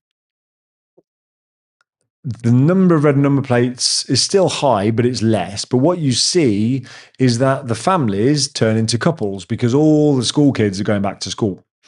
So all the families in the UK, they stop coming because the kids are back in school and all the couples come after the summer peak because it's cheaper. But the September is still quite hot. Still very hot, actually. Compared to the UK, it's very hot. And then as you start to get towards late September, early October, they start to kind of fizzle out too. So in October, You get to drive around. The traffic is a lot less. The weather is still like a summer's day in the UK, but there's no people. It's really weird. So my memories of the UK now is whenever it was sunny in the UK, when you get those two weeks of the summer where it was sunny, everybody wants to go to a water hole of some kind. So everybody will go to Burton on the Water, in the Cotswolds, or everybody goes down to the beach. You go down to, oh, I forgot what they're called. What's the one called in Devon? Anyway, you've got the beaches down like Devon, Cornwall. People go down to Bournemouth. All of the places where there's water just become packed because you have to go when the sun's out, and it's only out a small number of days a year. So the moment the sun comes out, everybody goes out. But in October time around here, the sun's still out. It's still lovely. I remember I was washing my car in November last year. I was washing it. I was detailing it. I spent full 2 days polishing it and everything else. And I was just literally in a pair of shorts. I was topless for 2 days. My wife and my boy had gone away to Poland. So I was just literally pair of shorts, 2 days, and I just sorted my car out and I was very happy. And that was in November. And so the weather's still nice in October. The pools are cooling down by this point. The pools are getting a bit cooler. So, we stopped using our pool probably mid to late October. But the weather's still nice. So you've got less people. The weather's still good. My favorite time of year. That's a really long answer to a question I forgot what you asked. Oh, Leah, how much is busy tourist season? Yeah, I mean, you go down to the harbour and it's packed. Yeah, you'll see that's why we like living where we live, because we're 15 minutes away from the noise, and you get less people up this way, less tourists up this way. You still get some, but you get a lot less. The further inland you come, the less tourists you'll see, which is it's always a good thing. Alex, already seeing the holiday change since relocating. Just back from Cordoba, Granada, Valencia, and Barcelona Road. Valencia. Okay, Alex, next time we meet up, we can exchange stories, because we used to have friends that lived near Cordoba. In fact, it was Sabriego, I think it was. And we did a road trip because we really like driving. In fact, before my boy was born, me and my wife, we went down to visit them in South Spain. And then again, actually, this is interesting because you've been around there, so you'll know. The further inland you are in Spain, again, you move away from the coast where all the tourists are in Spain, and the prices come down. Everything's cheaper. You start getting tapas, and it's more kind of, you don't expect things for free, but the locals are just, the hospitality seems different when you're not getting a degree of footfall from tourists. You get the Spanish hospitality rather than the tourist footfall, and it's just like a churn of people. But anyway, yeah, so we left their house, and it was like an arbitrary Tuesday. And the only plan we had in the diary when we left that house was that on the Sunday, we had the ferry booked, North France, and we just drove. Just didn't know where we were going. We just drove. We just completely went with the flow. Loved it. So yeah, be interesting to hear how you got on. Direct flight from Larnaca to Barcelona. Cool. All right. His name is Jeff. Yes, she's watching. Okay, cool. Keep up the positive comments. We visit virtually every year, so we'll keep a lookout for one of your meetups. Awesome. Okay, good stuff. We'll look forward to that. And when you visit in the year, when you visit every year, when are you visiting? Are you visiting in the summer? Because if you are, you'll know what it's like, and hopefully get a flavour for it. But what I would say is that if you're visiting every year with a view to living out here, visit in the winter as well, because there's definitely some people that will be on here now, people that have come out, and certainly this year has been particularly wet. It's been particularly miserable, if I'm honest. It's just been a bit cold, and it looks like the sun's coming out, and then it starts for a couple of days, and then it goes back to the rain again. And so try the winter as well, because and try it in an Airbnb. Don't try it in a hotel, because hotels are going to be nice and warm all year round. Try it in an Airbnb or somewhere, because you'll start to feel what a Cypriot winter's actually like. Lee, again, so we all ask you questions. So what would be your question to all of us that you want to know? Huh. Well, I guess, Lee, now that you've asked,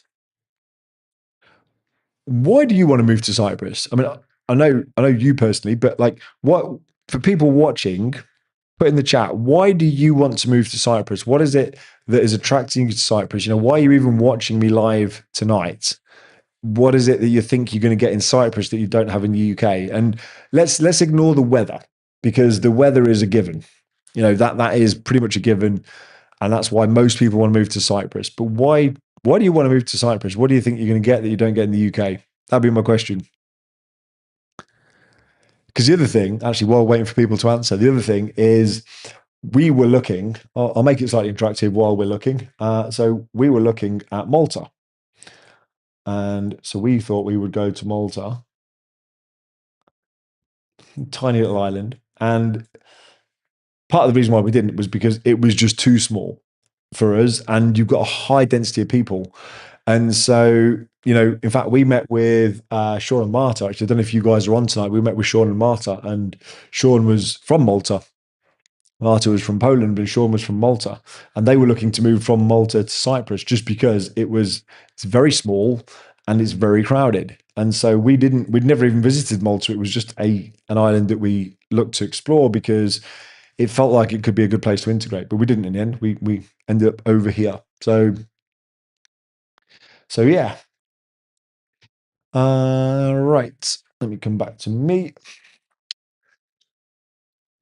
There's a wedding on right now. Is there really? I can't hear it. Haven't heard it. Okay, so look, we don't have any answers to my question, and nobody else is asking any questions, but we've got 21 people online, which is cool. So what I'm going to do is I'm just going to flick over to my like and share screen while I have a quick drink and a little break.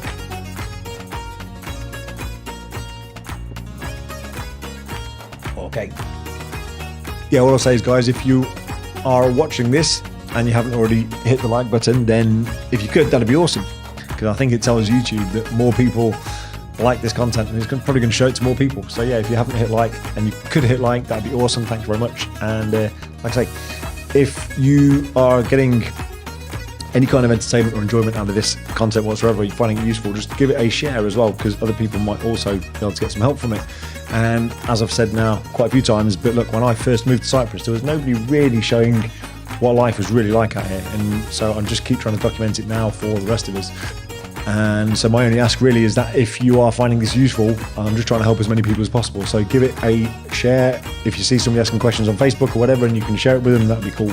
Although I will say, because I know some of you have been doing this and I appreciate you for doing it, people keep removing my videos from Facebook. I don't know why. I think because people are selling stuff and they're selling services, and it's really easy. You can say, talk to me about this, and I'll send you a PDF, whatever it might be, and it's kind of using it as lead magnet.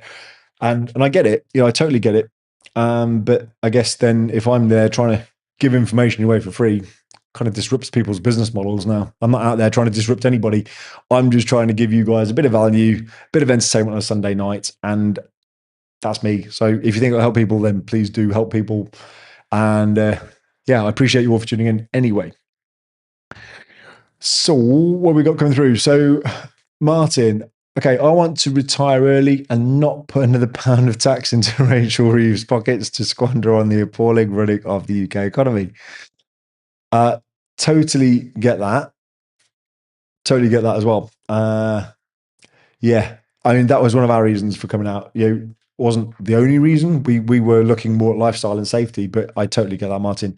And I think a lot of people that are running businesses, a lot of people that are entrepreneurs and everything else, wanted to come out here for a similar reason. So yeah, I totally get it.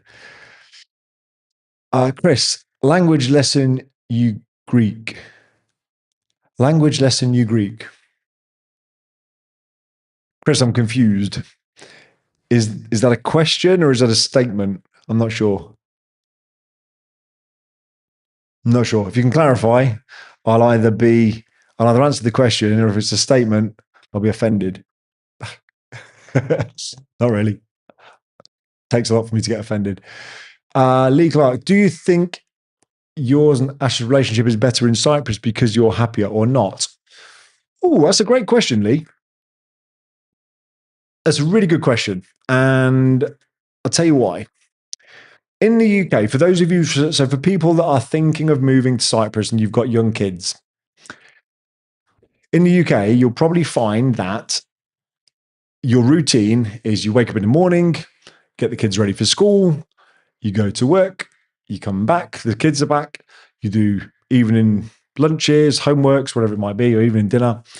And then by the time the kids get to bed, maybe 8 o'clock, it's all a bit too tiring and, the night's gone. And so you don't really spend a huge amount of time with your partner.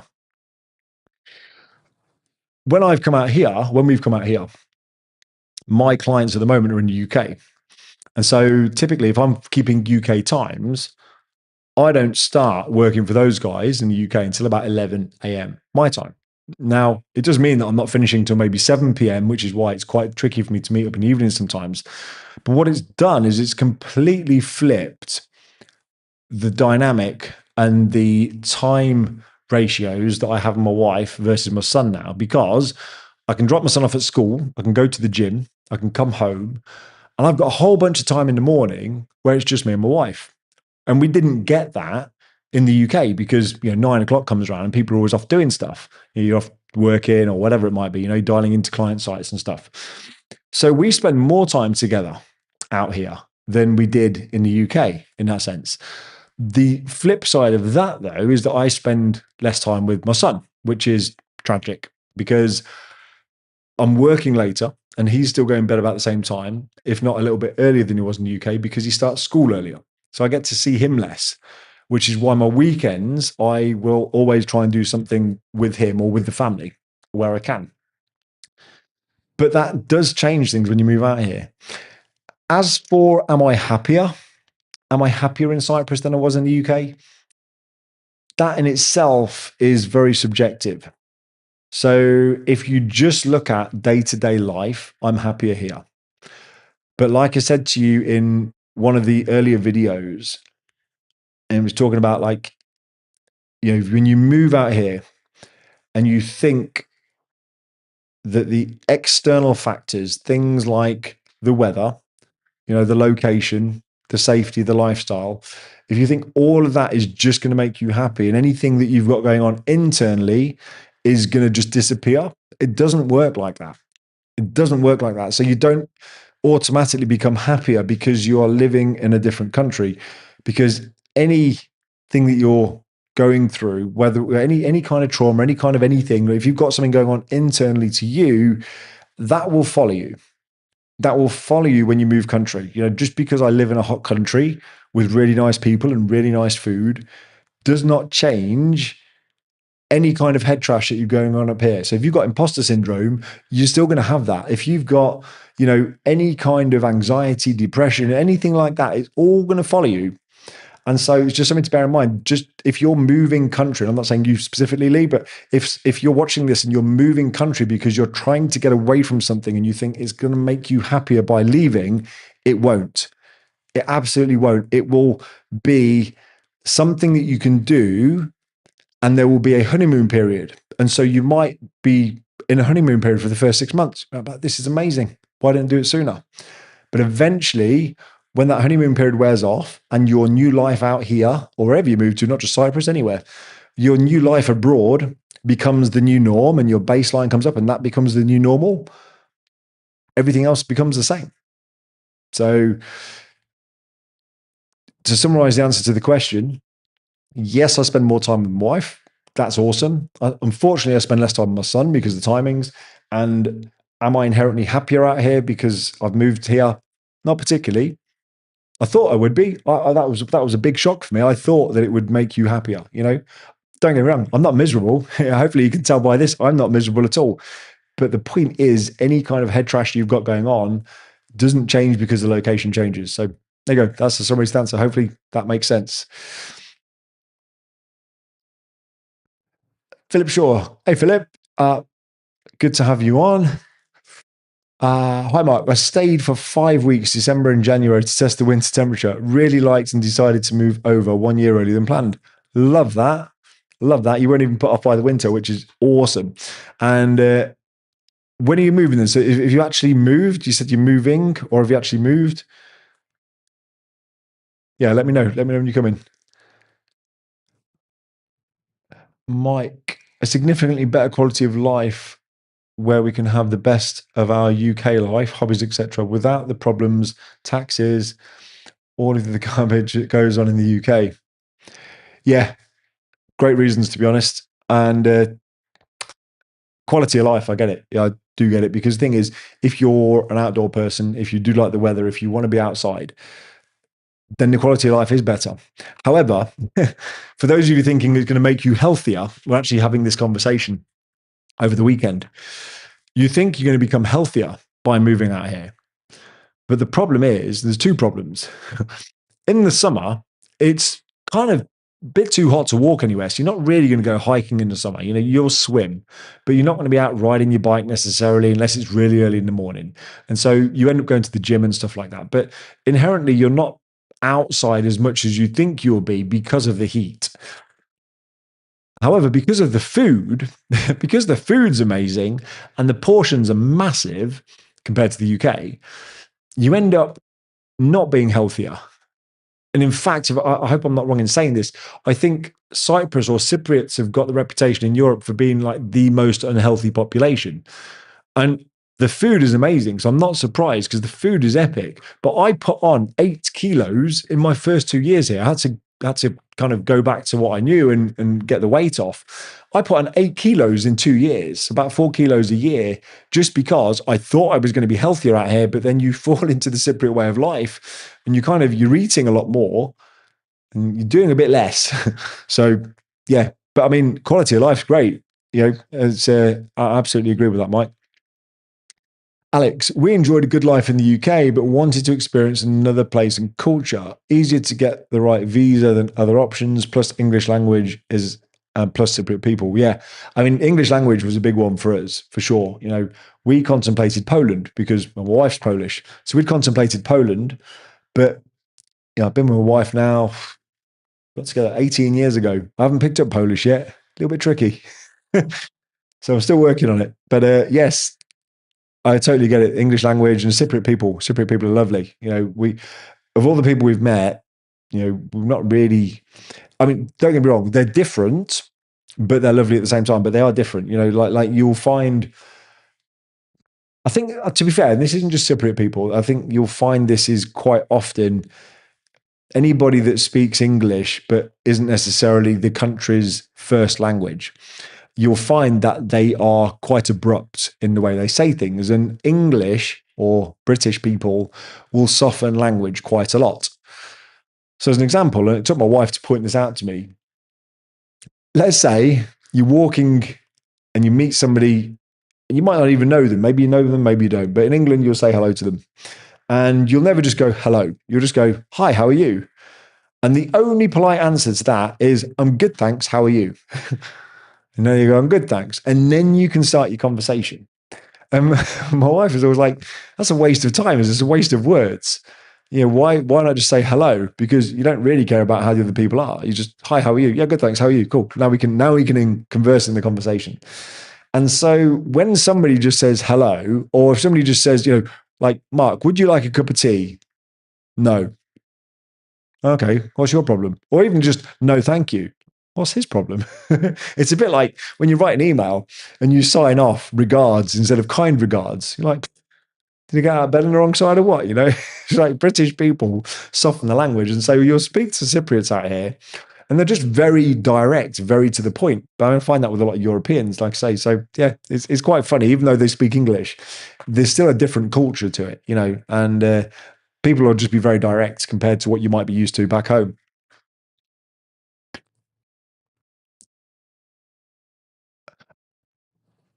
Oh, Chris, right. Are you taking Greek lessons? Okie dokie, understood. Right, not formally. So we've been using Duolingo and we bought Rosetta Stone, and that's what we've been using so far. That said, we are contemplating actually hiring somebody that can speak Greek, like a native speaker, to come and maybe do something at the house or with friends, because I want my son to learn it. He's going to the international school, so it's not like he's gone to a Greek school and he's then going to be fluent. They reckon that he should be fluent by the time he leaves, and he learns Greek every day. But I don't know. For me, you know, it's one of them. I would love to learn Greek, and with the best will in the world, you know, we're going to try for sure. You know, we want to do citizenship one day, and therefore we're going to have to learn Greek and stuff like that. But as a native Brit, language doesn't come easier to us. You know, I struggle with English. The thought of learning a second or third language is just alien to me. My wife, on the other hand, she's really good. She's picking it up and it's really annoying. But then she could already speak like 3 languages when I met her. I think British people are inherently lazy. In fact, is there anybody on this that is from Britain that can speak more than one language? Because that'd be interesting to see, because I can't. But to answer the question, Chris, no, so informally we're learning it. And I want to try and do something more formally, because I think, you know what, when we move to a country, even though most of the locals will speak English, I think one, it's respectful to try and learn the language, and two, because we're going to be wanting to do more business out here as well, it just makes sense to speak Greek. I'll never be I'm under no illusion that I will never be able to be like a native speaker. I'm going to have an accent and everything else, and I'll never be native.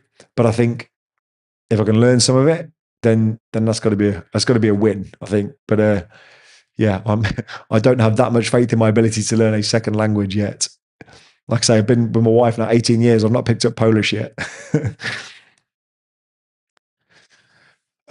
Jeff, we visit normally September, early October. Our last trip was last Christmas and New Year. Oh, okay, cool. We're looking forward to a slower pace of life. Everyone in the UK seems to be angry and in a hurry to get somewhere. Yes, I agree with that. I agree with that as well. Actually, how did you find Christmas and New Year? Because I love Christmas out here, but New Year's rubbish is the only way I can explain it. It's just not very good. It's boring. There's nothing happening. But the slower pace of life is definitely one for sure. And what you'll find is, certainly if you're working out here, you can go as fast or as slow as you want. If you're working remotely, I find I'm working at 100 miles an hour, working with non-Cypriots, and then the moment you step away from the computer, you can just go slow. There's no expectation to go fast, which is great. And yeah, people in the UK always in a hurry to get somewhere, and that's the thing. You do find that you kind of, and this is something I've struggled with actually, is that when I'm working with people in the UK, it's exactly what you've said. Like everything is 100 miles an hour. And then when I log off, like let's say I've been dialed into a client site all week, and you come down and you've stepped away from the computer and you're going out somewhere, and you just want things to happen because it's like when you get off a treadmill and it feels like everything's still moving, right?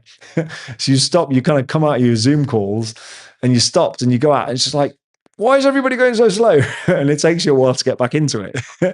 So yeah, it is definitely a slower pace of life for sure. Philip, August. Okay. No, that's cool. Okay.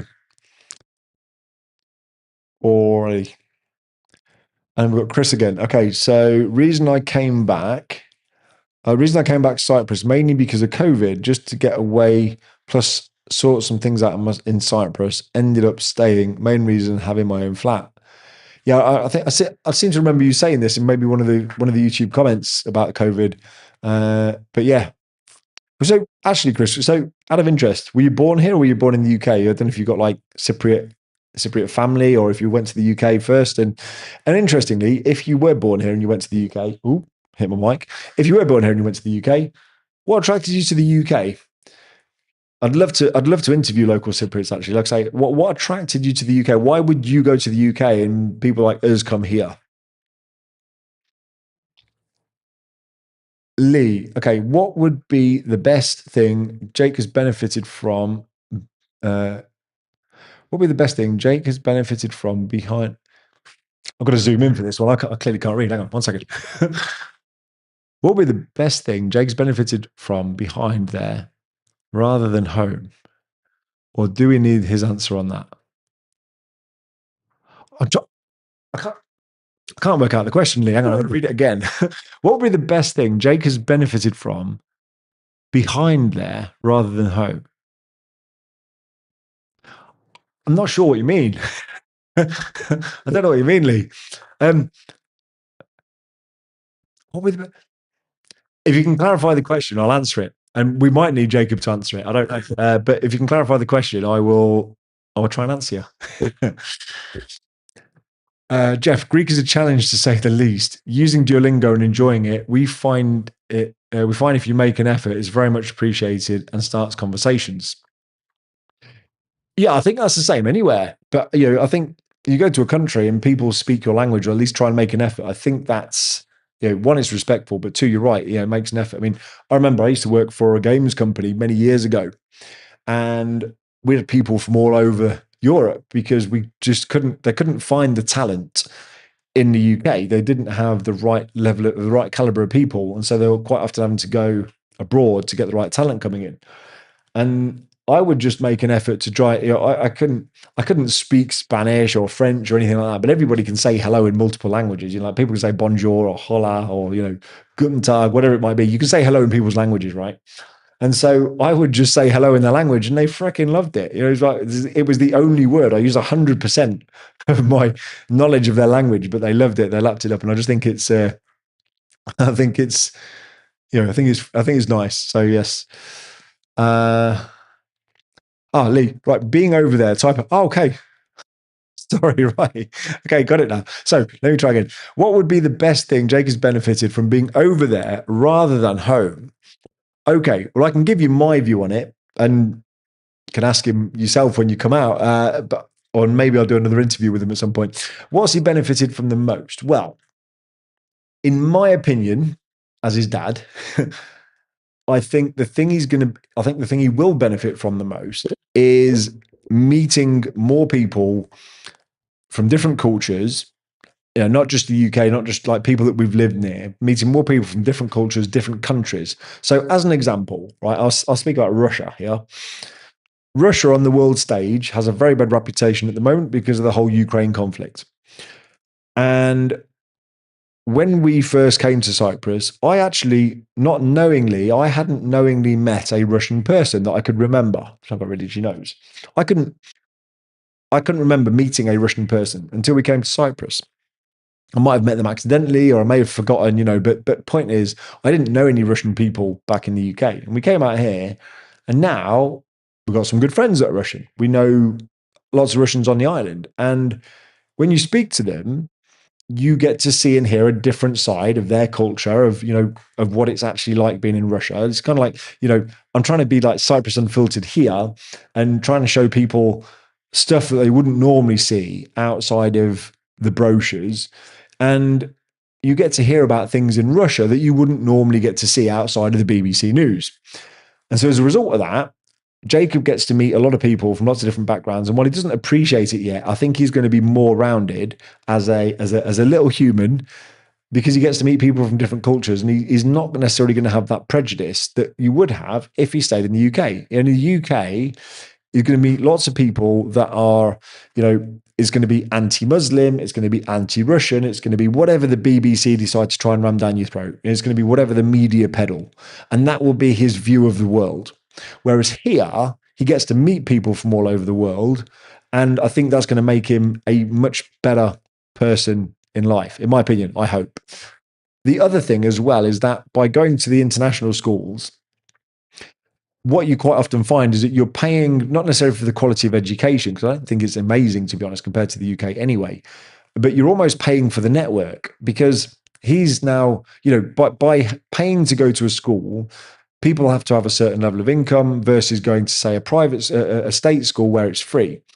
So naturally, the people that are going to those schools, they're typically doing different things, typically maybe in business or whatever it might be.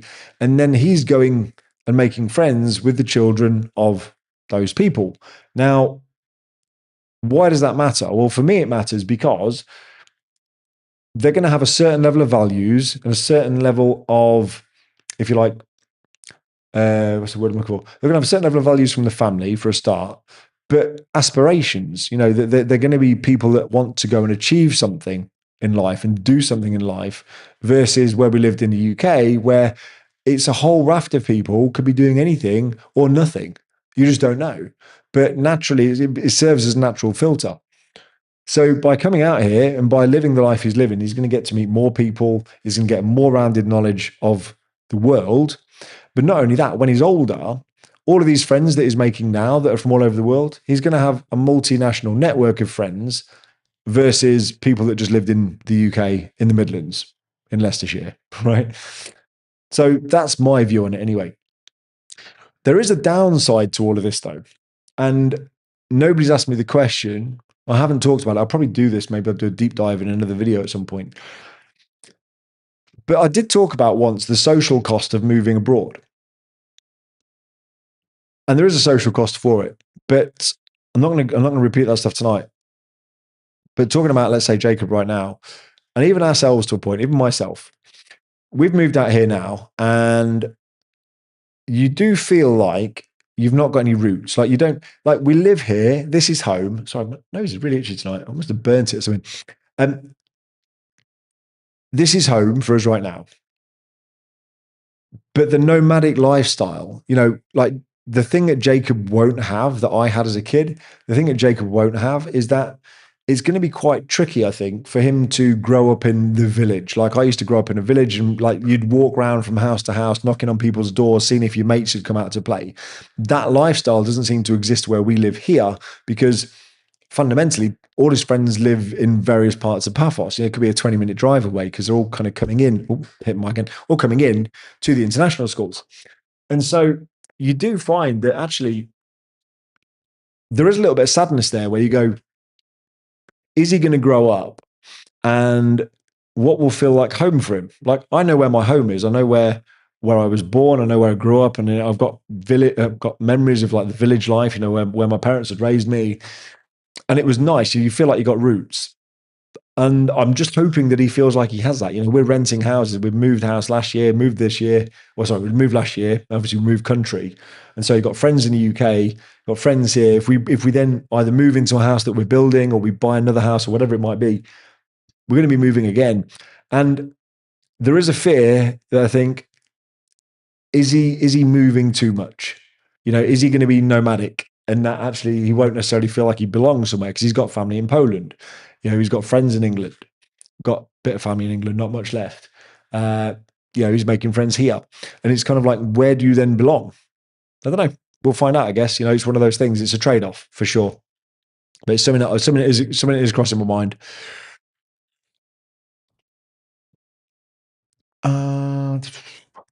Okay, so that is all of the questions.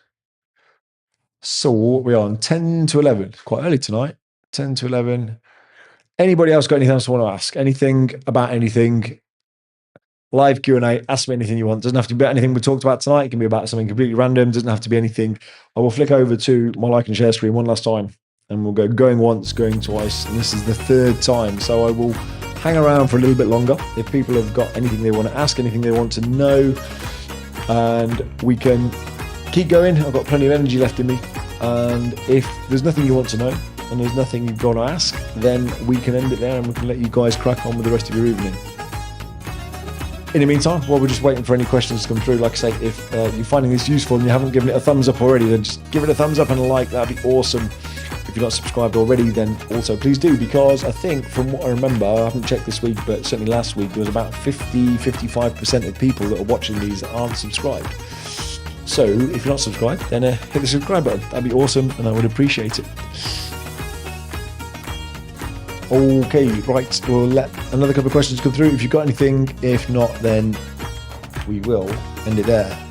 We've got one come through from Alex, so let me flick back to moi. We bounced around a fair bit when the kids were little. Now that they're adults, one has chosen a village in the Scottish Highlands and craves roots. The other is more transient. Huh, that's interesting. Okay. Maybe we'll have a chat about that, Alex, because that's really interesting. I don't know. Yeah, part of me craves roots myself, if I'm honest. I had the roots from where I lived, but now I'm in a situation where I've got my wife's family in Poland, and for the most part, I don't really have any family. I've got a brother in the UK. That's it. Pretty much like everybody else. All my immediate family kind of died. Don't know why I'm laughing. Anyway, most of my immediate family died, and so as a result, it was kind of a silver lining. A lot of people won't move abroad because they are worried about the family, worried about how they're going to cope, or not had that for a while now. And so for us, it was really easy. We're just the three of us, we could just up sticks and move, But then there is a part of me that's like, oh, you know what? Actually, where is home now? Is home where I used to live? Because for me, home's always been, there's the saying, right? Home is where the heart is. But for me, it's a little bit different to that. My heart's with my son and my wife. And so wherever they are is home. And right now, that's in Paphos. And previous to that, it was in Burbage in Leicestershire. You know, if we move to Poland, that would be home because that's where they are. It's weird for me, you know, but that's just the way it feels now. So, Lee, what's the one thing you miss from the UK?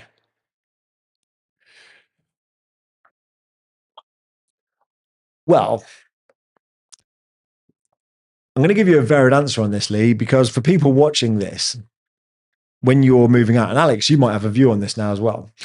When you first move out, and you're going to find this out, Lee, as well. When you first move out, you realize really quickly that Amazon is super convenient. And there's pretty much nothing you can't buy on Amazon that will not turn up the next day. And that, when you first move out here, you're like, oh, I miss it. And every time you go back to the UK or any time friends are coming out to visit, there's always an Amazon shopping list. Like we would have a running Amazon shopping list that would just be there and you keep adding stuff to it, adding stuff to it. And when you go back to the UK, then you buy it all, right? So we used to miss Amazon. Keyword there, used to. What I'm finding now is that you just start to realize you don't need all the stuff you used to buy back in the UK. Like our shopping list our shopping history in Amazon, right the way through up until 2023, when we moved, every week we were buying stuff because you think you need it. You know, you're in this kind of, what's the word I'm looking for? Like a consumption, basically you're a consumer, right? But it's very much consumption orientated and people always want the latest, the best of everything. And then what you find out here is because you can't have it the next day, it's a bit like kids on iPhones and tablets and stuff like that, you know, social media. And I'm talking to you on social media right now, but social media is one of these things where, you know, it's designed to be like a gambling machine. You know, we've got all the way it kind of hooks you in and the doom scrolling, it's all designed to keep you on a platform. You know, the sounds it makes, the way it works, it's designed to hook you and keep you on. And so you start to become almost addicted to it. And what we found was that living in the UK, you buy all this stuff and you don't need it, but it's almost like it. If shopping could be an addiction, you just find that you're buying this stuff and then you've got boxes of it everywhere and you just hoard it. And it's just like, you don't really need it. And so when you can't do that out here and you can't impulse buy, it's like not being able to doom scroll, right? Once you've got out of that habit, you stop doom scrolling and then you figure out that actually there's a lot more to do in the world than just sit on your phone. And we found this with the shopping in the UK. When we go back now, there's, you know, like we're going back in June, and I'm looking at it going, there's nothing I want. You know, there's nothing I want that I can't buy here or that I couldn't just wait a bit longer for. And so we used to miss shopping. And as I talk about, you know, talking about like the changes. So we used to miss shopping from say like Amazon. The one thing I wouldn't say I miss it because I'm not big into fashion. Now, you guys have probably realized that I generally, or this is not plain tonight, but generally I wear plain clothes because I'm not into fashion. I'm not into logos and brands and all the rest of it. You know, I will quite happily wear a plain black t-shirt or a plain white t-shirt or a plain, you know, I will just do that. And so I can buy that stuff here on the island. Where I do struggle is like shoe sizes, and you know, you know, shoe sizes is a bit more limited on the island. Clothes, like you know, the length of trousers and jeans and stuff like that. Again, I don't know if people on the island are shorter, but there's not a demand for it. You know, you haven't got 6'4" Yetis walking around.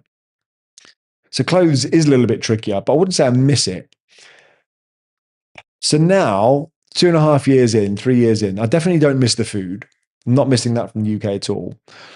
If I'm honest, I think the thing I do miss, and this is where now, you know, this is what you start to, or this is what I started to realize now.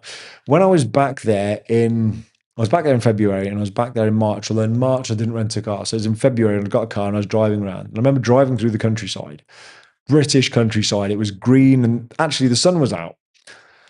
And I was just driving through it and I was like, wow, you know, like you forget how nice the UK actually is. You know, people talk about the scenery in Cyprus, people talk about the scenery in the rest of the world, but you do forget how nice the UK is when you're driving through the countryside. You know, if you're driving through the hills and stuff, like when it's green and you've got the different colors in the fields, it's nice. And you do miss that to an extent. You know, you kind of, the British summers, although most of the time they were wet and rubbish, you know, when you're driving around, I don't know, it's just something about the countryside is nice. I like it. You drive through some of the British villages, you got the heritage. Now, don't get me wrong, I know you've got history on the island here, but there's just something about British history and heritage that I like. Do I like the way the UK is right now? No. But it's one of the things I do miss. You go back and you do miss it. And you might find that yourself. When you first move out, you'll be missing the convenience. And then once you settle into the way of life and you're not so worried about the convenience anymore, then you start to miss more the things that you can't really replace, because like I say, you can buy most things on the island. If you're prepared to wait or you're prepared to spend a bit more money, you can get most things on the island one way or another. But yeah, things like that, and obviously friends, friends is another one. But that, and if you've got friends watching us now, the relationship doesn't change. For those people that you are close with now, if you both put the effort in, you can remain close and you can still have friends back home that you're close with, because when we meet up, it's like nothing has changed. Moving to Cyprus doesn't change that. If two people want it, if two people want to stay in a friendship, a relationship, whatever it might be, it's like moving to Cyprus doesn't change that.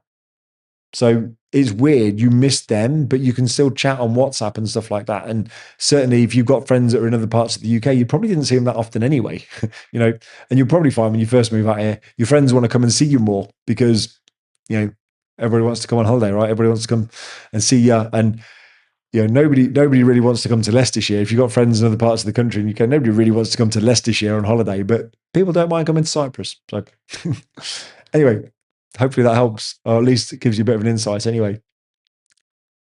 Alex, getting close to 1,000 subs mark. Yeah, I am actually. I think it was like 925 when I last checked. It's not. I don't think it's going to make any difference, to be honest. I think I get monetized at 1,000 subs, but it's going to be like pennies on the pound. It's going to be nothing really. But I'm not doing it for that. At the end of the day, I'm just doing it to try and entertain you guys, try and educate people. And it's also entertaining for me. I'm not going to lie. I quite enjoy chatting to people. I quite enjoy meeting people. For those of you that I have met, I wouldn't be meeting you if it wasn't for this channel. And for me, that's worth more than whatever monetization YouTube's going to give me. It's going to be, like I say, pennies on the pound. It's not going to be anything substantial. But yeah, 1,000 subs. I think it'd be a nice threshold to cross, because for some reason, I guess the amount of people that are interested, and so it feels like it's slowed down a little bit. We'll see. We'll see what happens. I don't know what happens if it gets to 1,000, then all of a sudden YouTube pushes me more or what, I don't know. But if it can help more people, be awesome. If it's just helping you guys, that's also awesome. Because when I actually set out doing this, I was thinking to myself, how many people, if just one person got some benefit from it, then it's probably worth it, So anyway, 1,000 subs, here we come. I'll probably do a post on it when I get there. Like, hey, 1,000 subs, and it won't change anything. I'm like, yay, all right, got it. Next. Asha, Amazon. No. Well, you might. I don't. Alex, haven't used Amazon since we moved, saving a blooming fortune. I know, right? That's the thing. Like I say, I think Amazon must have thought I died or something after 2023, because like my orders every week and it's like gone. There's probably, if you look at the graphs of the share price and the share value in Amazon 2023, you probably dipped a little bit when we moved. Martin, two of our children had roots and a long time living in Northamptonshire, but both left the UK, Perth and Australia. I remember you saying, actually. Thanks very much, Mark, for another great session. Always great to join and listen. I appreciate that, Martin. Thanks very much. And yeah, hopefully the kids are doing all right in Australia. And yeah, no, it's always good having you and Sandra on as well. So thank you very much. Martin, Sandra will miss her next deliveries. Next. Oh, blimey. Forgot about that. Yeah, I mean, the thing is, and you've met me, so because I'm a Yeti, I struggle to get clothes. And Next, they don't do things in my size. Not normally. You struggle. So I didn't really get much from Next. Marks and Spencers is where it was at for me, but there's Marks and Spencers on the island. They just don't do longer trousers. You have to get them back home, or back in the UK. This is home now. Jeff, personally, I don't believe I'll be anything other than Welsh. However, it has to be better to experience other nationalities without any prejudice. Yeah, I mean, that's the thing. When you're watching the news in the UK, there's definitely a filter there. It's whatever agenda the BBC or anybody else is trying to push. And I know they're meant to be impartial. They're clearly not. They're supposed to be impartial, but they're not. And that's the problem with any mainstream media. They've always got an agenda. whether they admit it or not. There's always an agenda there. So by coming out here, you get to hear it from real people, you know. And when you see Ukrainians talking to Russians, they don't have a problem with each other. You know, the Russian people here will try and distance themselves from Putin a lot of the time. You know, they're not interested in what their old leader was doing. You know, just don't agree with it. And so you get to see life through a different filter. That's for sure.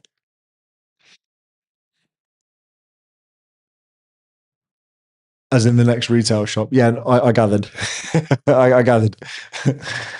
Alex, we used to go to cinema a lot, gigs, comedy shows, theatre. Less of that available in Cyprus so far. Yeah, I mean, you're right, actually. Cinema actually is that. Let's go back to the interactive map. Cinema in Paphos, there's a few things, actually. Let me show you this, right? If I type cinema, Paphos, bear in mind, cinema used to be quite popular. Well, that's a lie. There are not that many cinemas. The old cinema's a pub or a bar. That's the one, K Cineplex. That is the only cinema I'm aware of. This one here, and it's rubbish. So you go here. It's just anyway. We went to the cinema here. It's not very good, and it's the only one on this side of the island. And the sound was atrocious. I remember when there's an explosion on the screen and you couldn't feel it. I like to feel the explosions. You know, when I came home, like my own sound system in my house was better than the cinema here. And I was very disappointed for a long time. I was like, oh, the cinema in Cyprus is rubbish. So I stopped going. Literally, I think I've been twice in 2.5 years. We used to like cinema as well, Alex. So anyway, about a month ago, me and my boy went over to Larnaca, over this side. And there is a K-plex or something here. So we just search for cinema again. This one here on the corner. And it's on the roundabout in the corner. And we went here. Now this cinema, that one there, that was how it should be. As that used to be in the UK, that you could literally hear the explosions. It was a bit old school inside still, but the sound quality was back. It was as a cinema should be. So, you know, it's a bit of a trek. It's like a 2 hour drive to the cinema. You'll spend longer driving to the cinema than you will actually you're watching a movie probably. But anyway, that one is a lot better. It's still not amazing according to the reviews, but anyway, yeah, it was right. But the people in there were super friendly. But yeah, cinema is a bit tough to go by. And actually, I'll show you something else because this surprised me. Didn't know we were going here tonight. Bowling. Look how many bowling alleys there aren't. It's lying. It's lying. They're not all bowling alleys. Right. Bowls Club. Yeah, I'm talking about 10-pin bowling. Maybe I should type that. There's basically, you've got bowls clubs at the hotels, right? The greeneries and stuff like that, you know. But fundamentally, you've got Cosmic and you've got this bowling alley, which I appreciate looks like a soft play. Got this bowling alley. So you have a bowling alley in Paphos.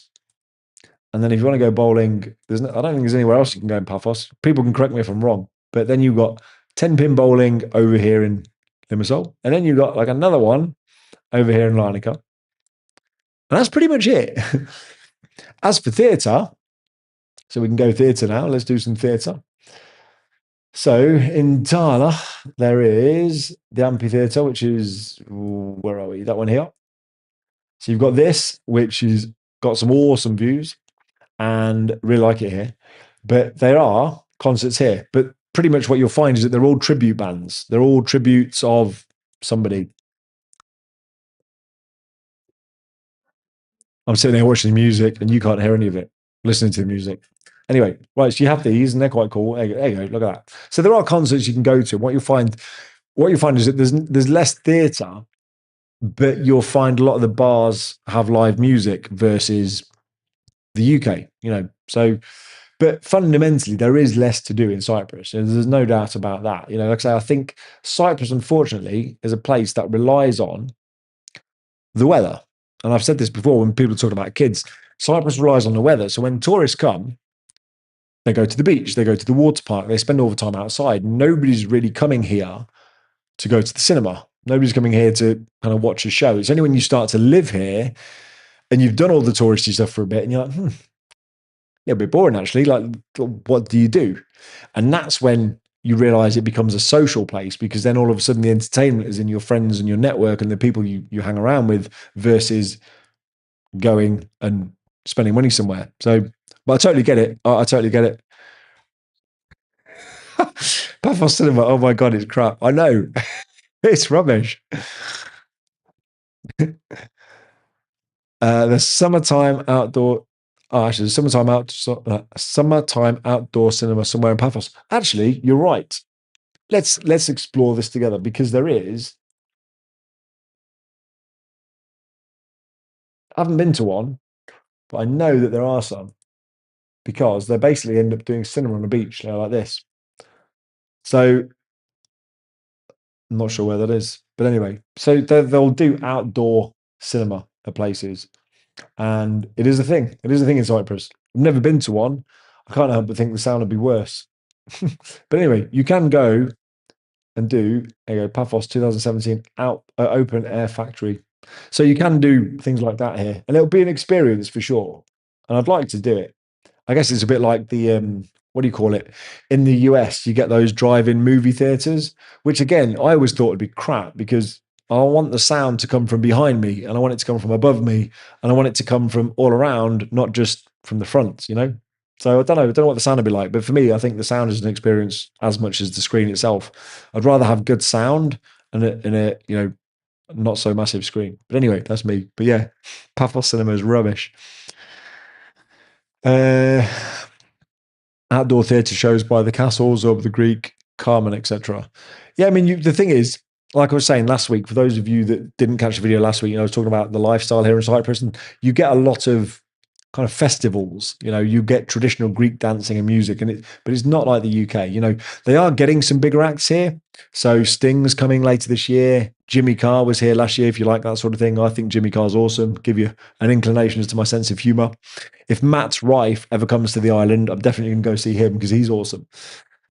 Who else was here? Ed Sheeran was here a couple of years ago. Trying to think who else was here. Actually, you can put some names in, but you do get some, but it's few and far between. But I think more names are starting to come here now.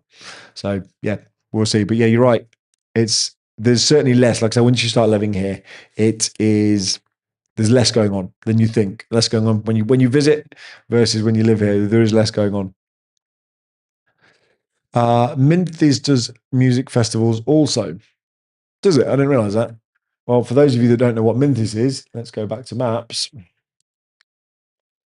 Minthis is a resort up near Paya, and it's basically like a golf resort. Very posh, actually, very nice in terms of, excuse me, where's Paya?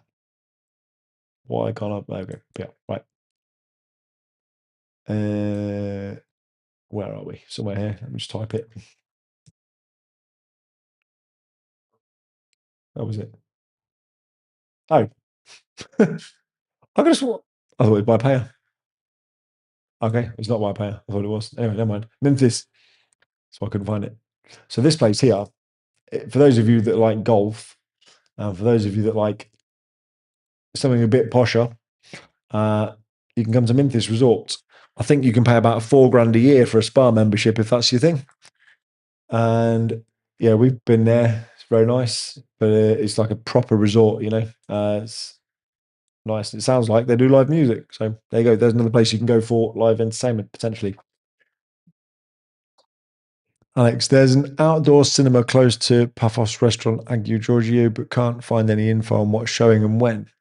Well, that's the thing, isn't it? It's going to be one film that shows on a Saturday night. It's not like there's going to be multiple screenings. But I don't know. Don't know when that is, to be honest. Alex, Sting's here in July, and we saw Darren O'Brien in Limassol in March, so not zero. Yeah, it's not zero, but certainly less for sure. Tom Jones, Brian Adams, lots of UK stand-up comedians. Yeah. The thing is, I like Matt Rife and I like Trevor Noah and Jimmy Carr and Russell Howard as well. I don't know if Russell Howard's come out. I watched him a couple of times in the UK and yeah, haven't seen them on the island yet. Okay, there are no more comments, no more questions. We are at 11:15. If anybody's got anything else they want to ask, any comments want to make, now is the time. Otherwise, I will leave you all to it. I'll let you all enjoy the rest of your weekend. And for those of you coming out to Cyprus soon, we'll see you soon. And I will keep you posted about dates for the weekend of the 6th and 7th of June. We'll do the first Cyprus Unfiltered meetup for those of you that are up for that. And we'll start making it a thing. We'll start doing it and we'll make it a thing for first weekend of the month. We'll start in June. Asher, am I busy? Calendar says no, but you might have planned something. We'll do something.